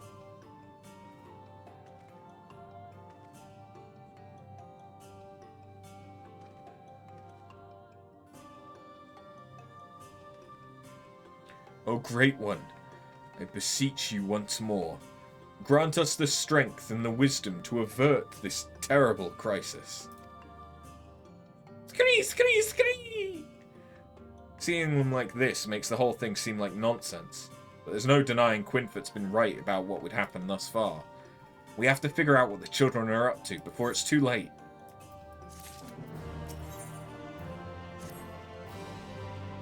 The will of the wood would see us bring Slitherbow and all of Raktika back from the brink. O Great Serpent, show us the way. Show us how we might deliver our people from certain destruction. Scree! Shh! If anyone sees that thing, they're gonna kick it out the village. Then where would we be? Precious little time to concern ourselves with the others. What's more, the Great Serpent has blessed us with another sign of what's to come. What is it this time? Behold the scales on its belly, and you will see the scar that marked Lazatl's conquest has vanished. However, a new scar has appeared closer to its tail. The children would threaten another site of great power, and judging by the shape of this scar, I've no doubt it's near Dyer's Wash. They must be stopped. Agreed, though I fear only one of us is actually up to the task. Are you certain about that scar? I didn't see anything of the sort on its tail. At any rate, I think it would be for the best if we went to investigate. We've already found proof the children are up to something. It'd be foolish not to press further. Perhaps the Will of the Woods will give us another sign while you're away.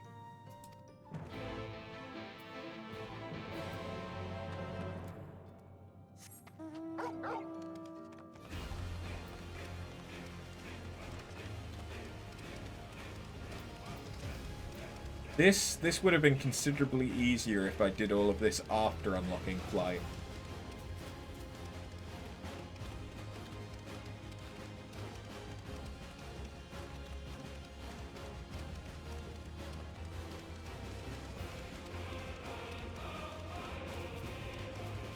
There's been a lot of back and forth.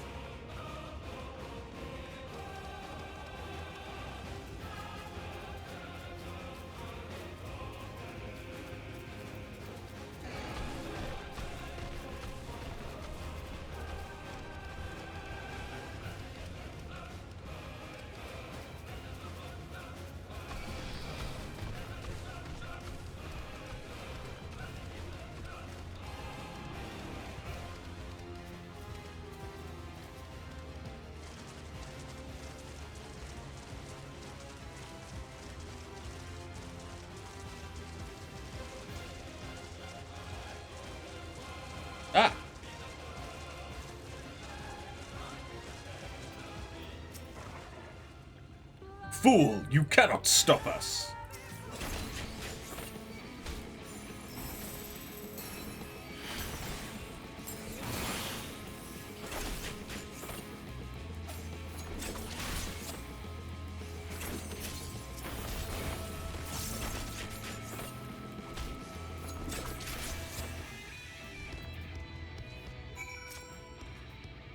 She defeated our spiders!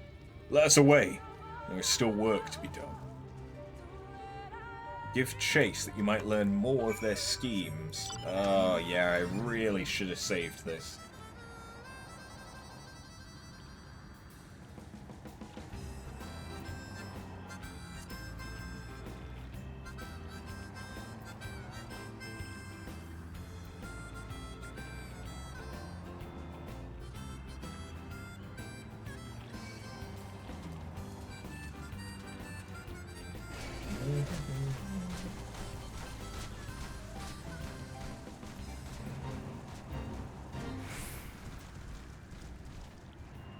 Perhaps we might not get to the Bun Buns after all.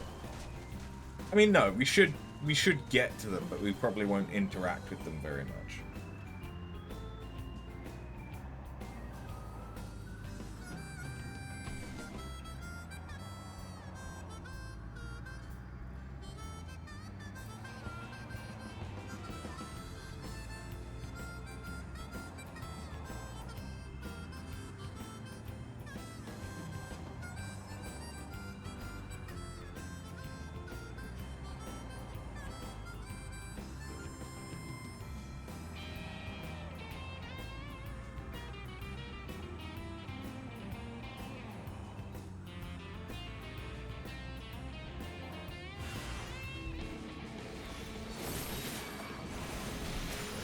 No more spiders, huh?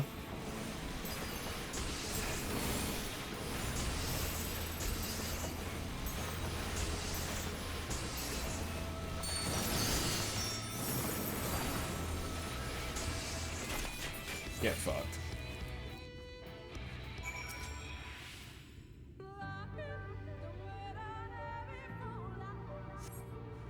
Among the children's belongings, you find a scroll detailing their plans to cleanse the forest. And I guess now, yeah, okay.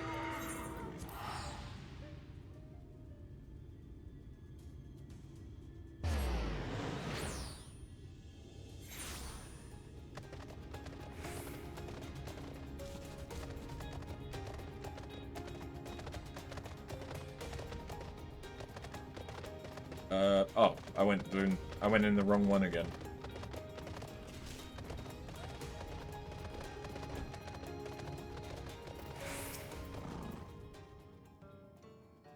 You're returned, though that's no surprise.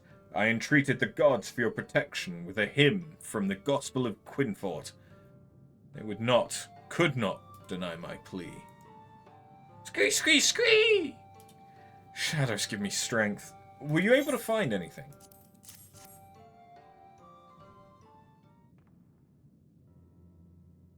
Coordinated strike to cut off all flows of ether to Slitherbow.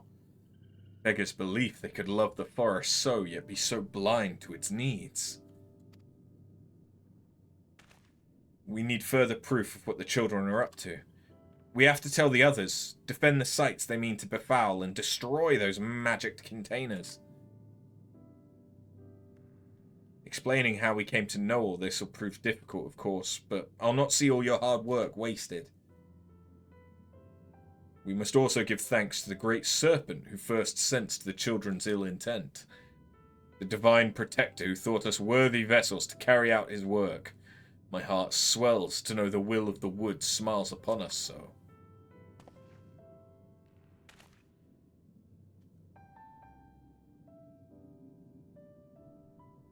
Your pet, I mean, the great serpent, is gone.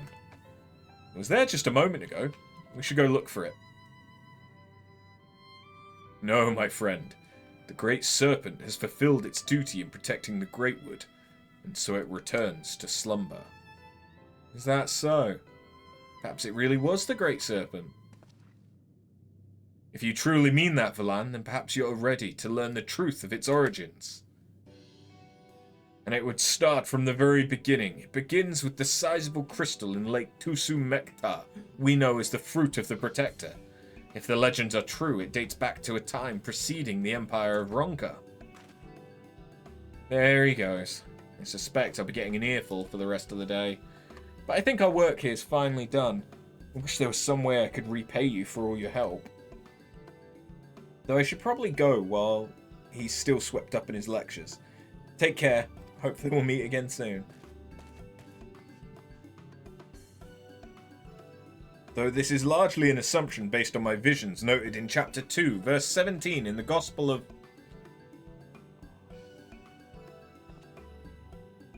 Come back here, Valan. I still have to tell you about the serpent's influence on the founding of Ronka.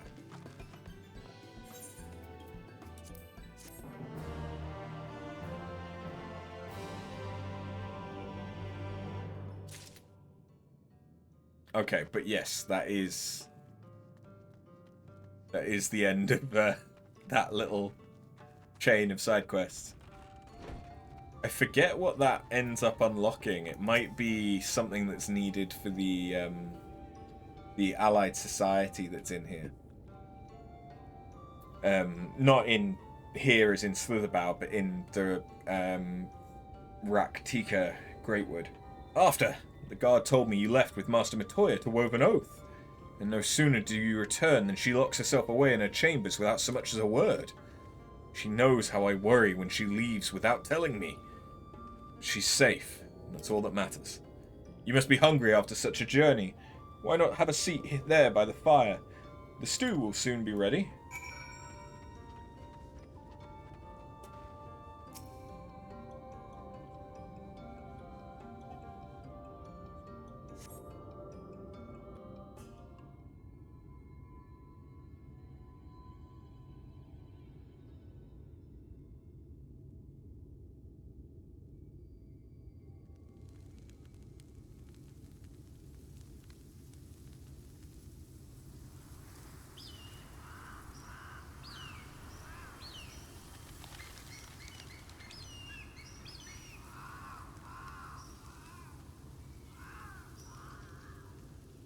Strange. The others on patrol should have returned by now. Our food will be overcooked if we wait any longer. We will just have to start without them. Would you call Master Matoya and the others?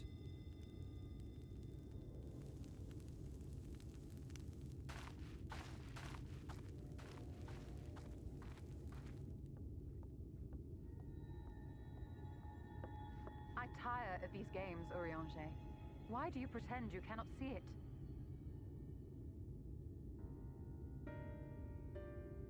Huh?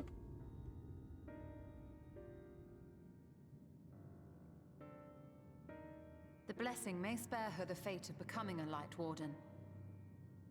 But you cannot be blind to the nascent corruption. She is not as she was in the Source.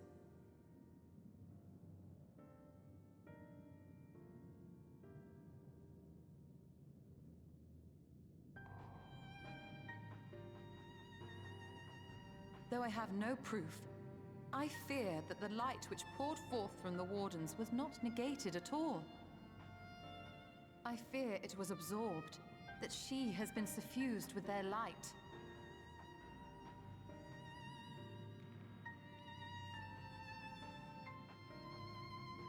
Though I have given thought to this possibility, I dare not speak until more is known.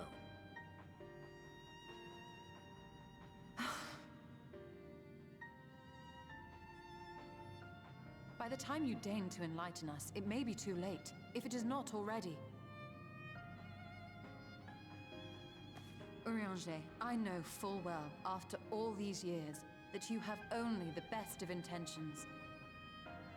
But that does not make it any easier to put my faith in a man so infatuated with secrecy. I have had my suspicions ever since the Exarch bade you speak that day. But now I must ask. The 8th Umbral Calamity and all that followed. Everything you claim to have seen. Did you?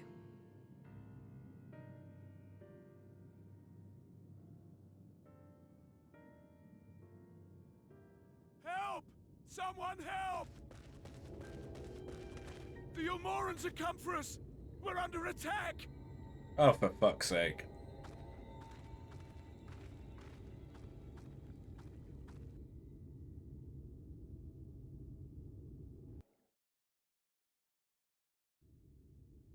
Meanwhile, in Yulmore...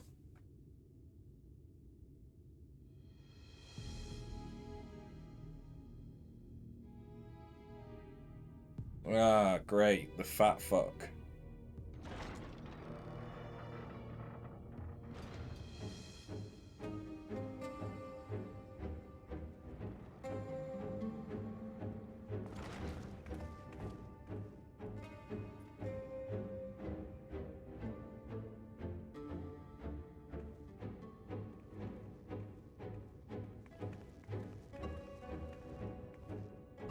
Lord Vorthry, how good it is to see you.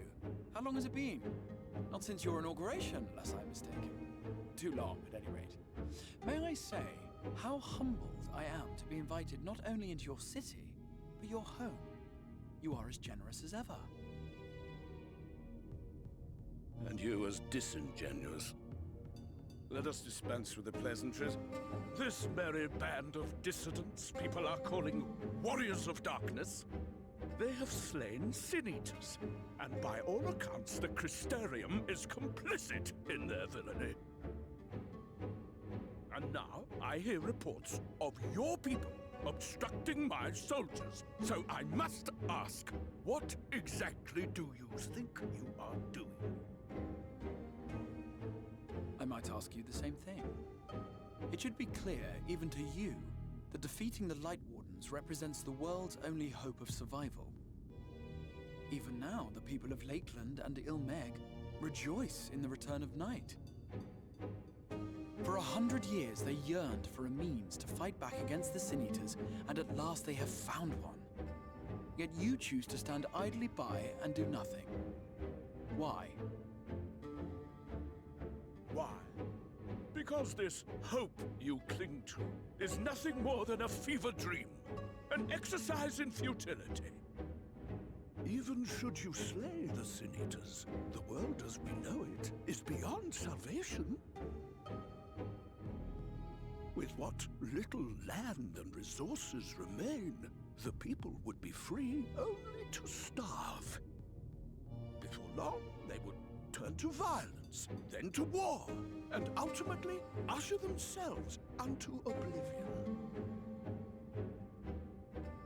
They require a firm hand to shepherd them from the edge. The hand of a king. Nay, a god. Oh god, you see yourself as a god? See their dreams fulfilled, their wishes granted. I will give them peace, order, and they shall never want for bliss.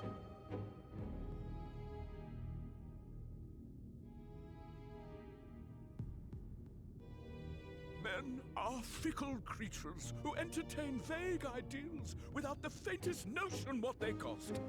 But a little fear can go a long way towards helping them realize what it is they truly need. Sanctuary. And they shall find none in this world save that which I afford them. That is why the Sin-Eaters exist.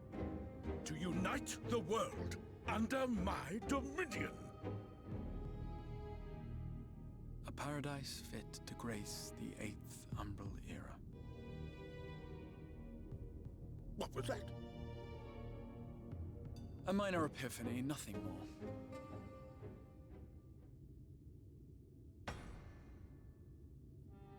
You have always held sway over those around you. Those who defy you must submit or die. What sits before me is the inevitable result of bloated privilege and unchecked power. But man is more resilient than you think. His achievements are not the product of violence and bloodshed, but compassion and understanding. This calamity is but another crisis to be overcome. And we will, once we eliminate the Sin Eaters. You poor deluded fool. These people care not for the morrow. They care only for the now. And the contentment they lack. What good is a paradise to them if it is 1,000 years in the making? Or even 100? You underestimate them, Lord Vorthry. They see further than you think. I have beheld it in the blood and sweat and tears of those who would sacrifice everything for a future they may never know, that their children may never know. I have beheld it in the hopes and dreams of those who came before, which we bequeath to those who come after, that they might in turn build upon the foundations laid by our forebears. These are the bonds which hold man and his world together, not your gilded chains, and I will resist your every effort to shackle him. In summary, you will continue to support the villains hunting my Sin Eaters? With tremendous enthusiasm, for I have faith in the future they would build. Fuck you, Vorthry! Why do I even bother? Fools, the lot of you! So naive! So painfully predictable! Did you imagine I did not know your mind? That I would wait until after this meeting to dispatch my forces? Even as we speak, they march to the Sin Eaters' defense. Insurrection will not be tolerated! The people of this world are mine to rule, mine to command. And you are no exception!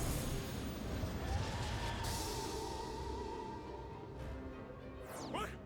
How did he... Insolent swine! I will not stand for this! Do you hear me? Once again. Fuck you, Vorthry!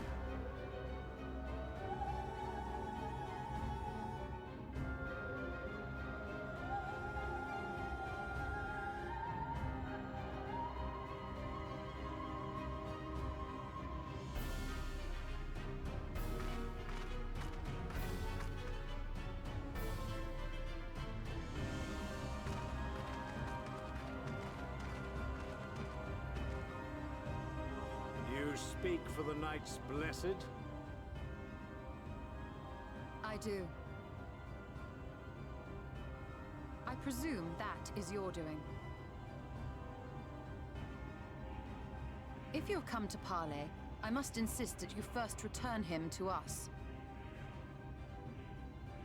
You're in no position to make demands.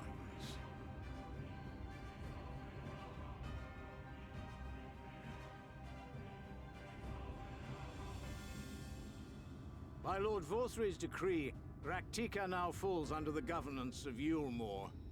You will henceforth answer to us. Is that so? Just going around trying to fucking conquer everything. And the children of the Everlasting Dark have acquiesced to this madness. We have reached an accord, yes. Too many times have the Knights Blessed shunned Yulmore's overtures of friendship. The risk that you harbor hostile intentions has grown too great to ignore. Therefore, his lordship has claimed dominion over this forest and bestowed executive authority upon the children of the Everlasting Dark. In his wisdom, Lord Vorthry has agreed to recognize ours as the only permissible expression of dark worship. It's one true faith. You and your false creed are a blight on these woods. A foul, unholy corruption that must be cleansed.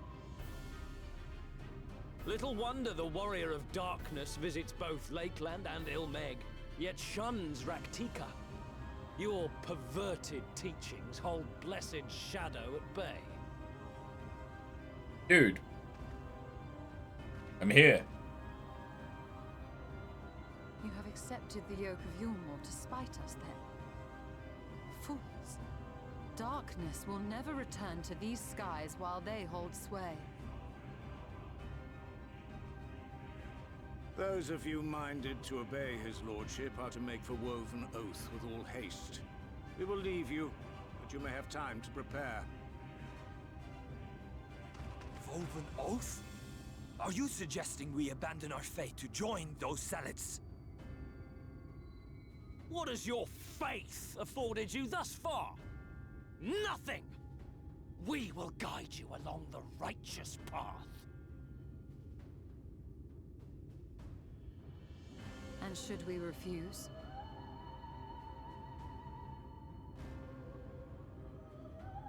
Anyone found here upon our return will be considered a traitor to Yulmore, and dealt with as such.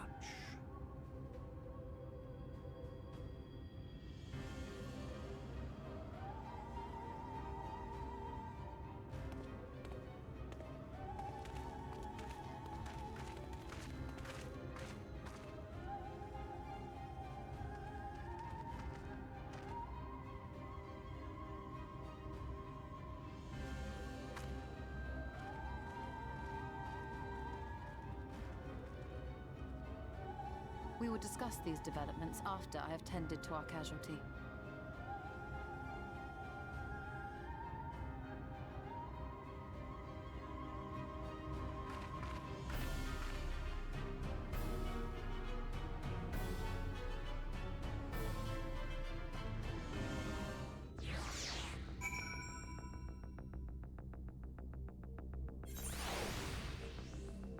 That was a long little bit of cutscenes. The guard hath been afflicted with a most terrible and efficacious poison. We've attempted all manner of healing incantations. Alas, his condition remains unchanged. At present, we can but slow the poison advance. Pray it will afford us time to find a cure.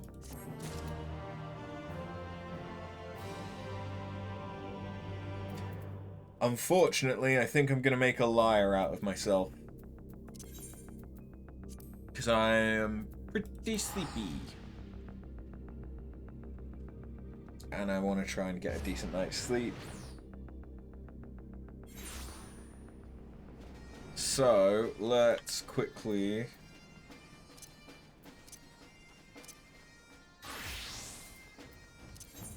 see how Wondrous Tales goes. I mean, there's still a chance at 2. Motherfucker.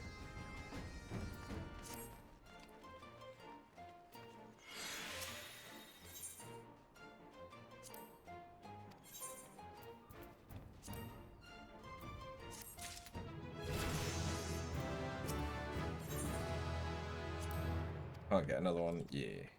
Cool.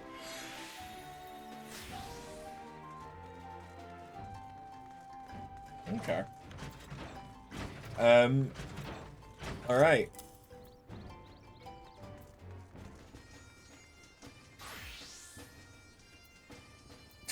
I think this person wants to show off that they're in the same outfit.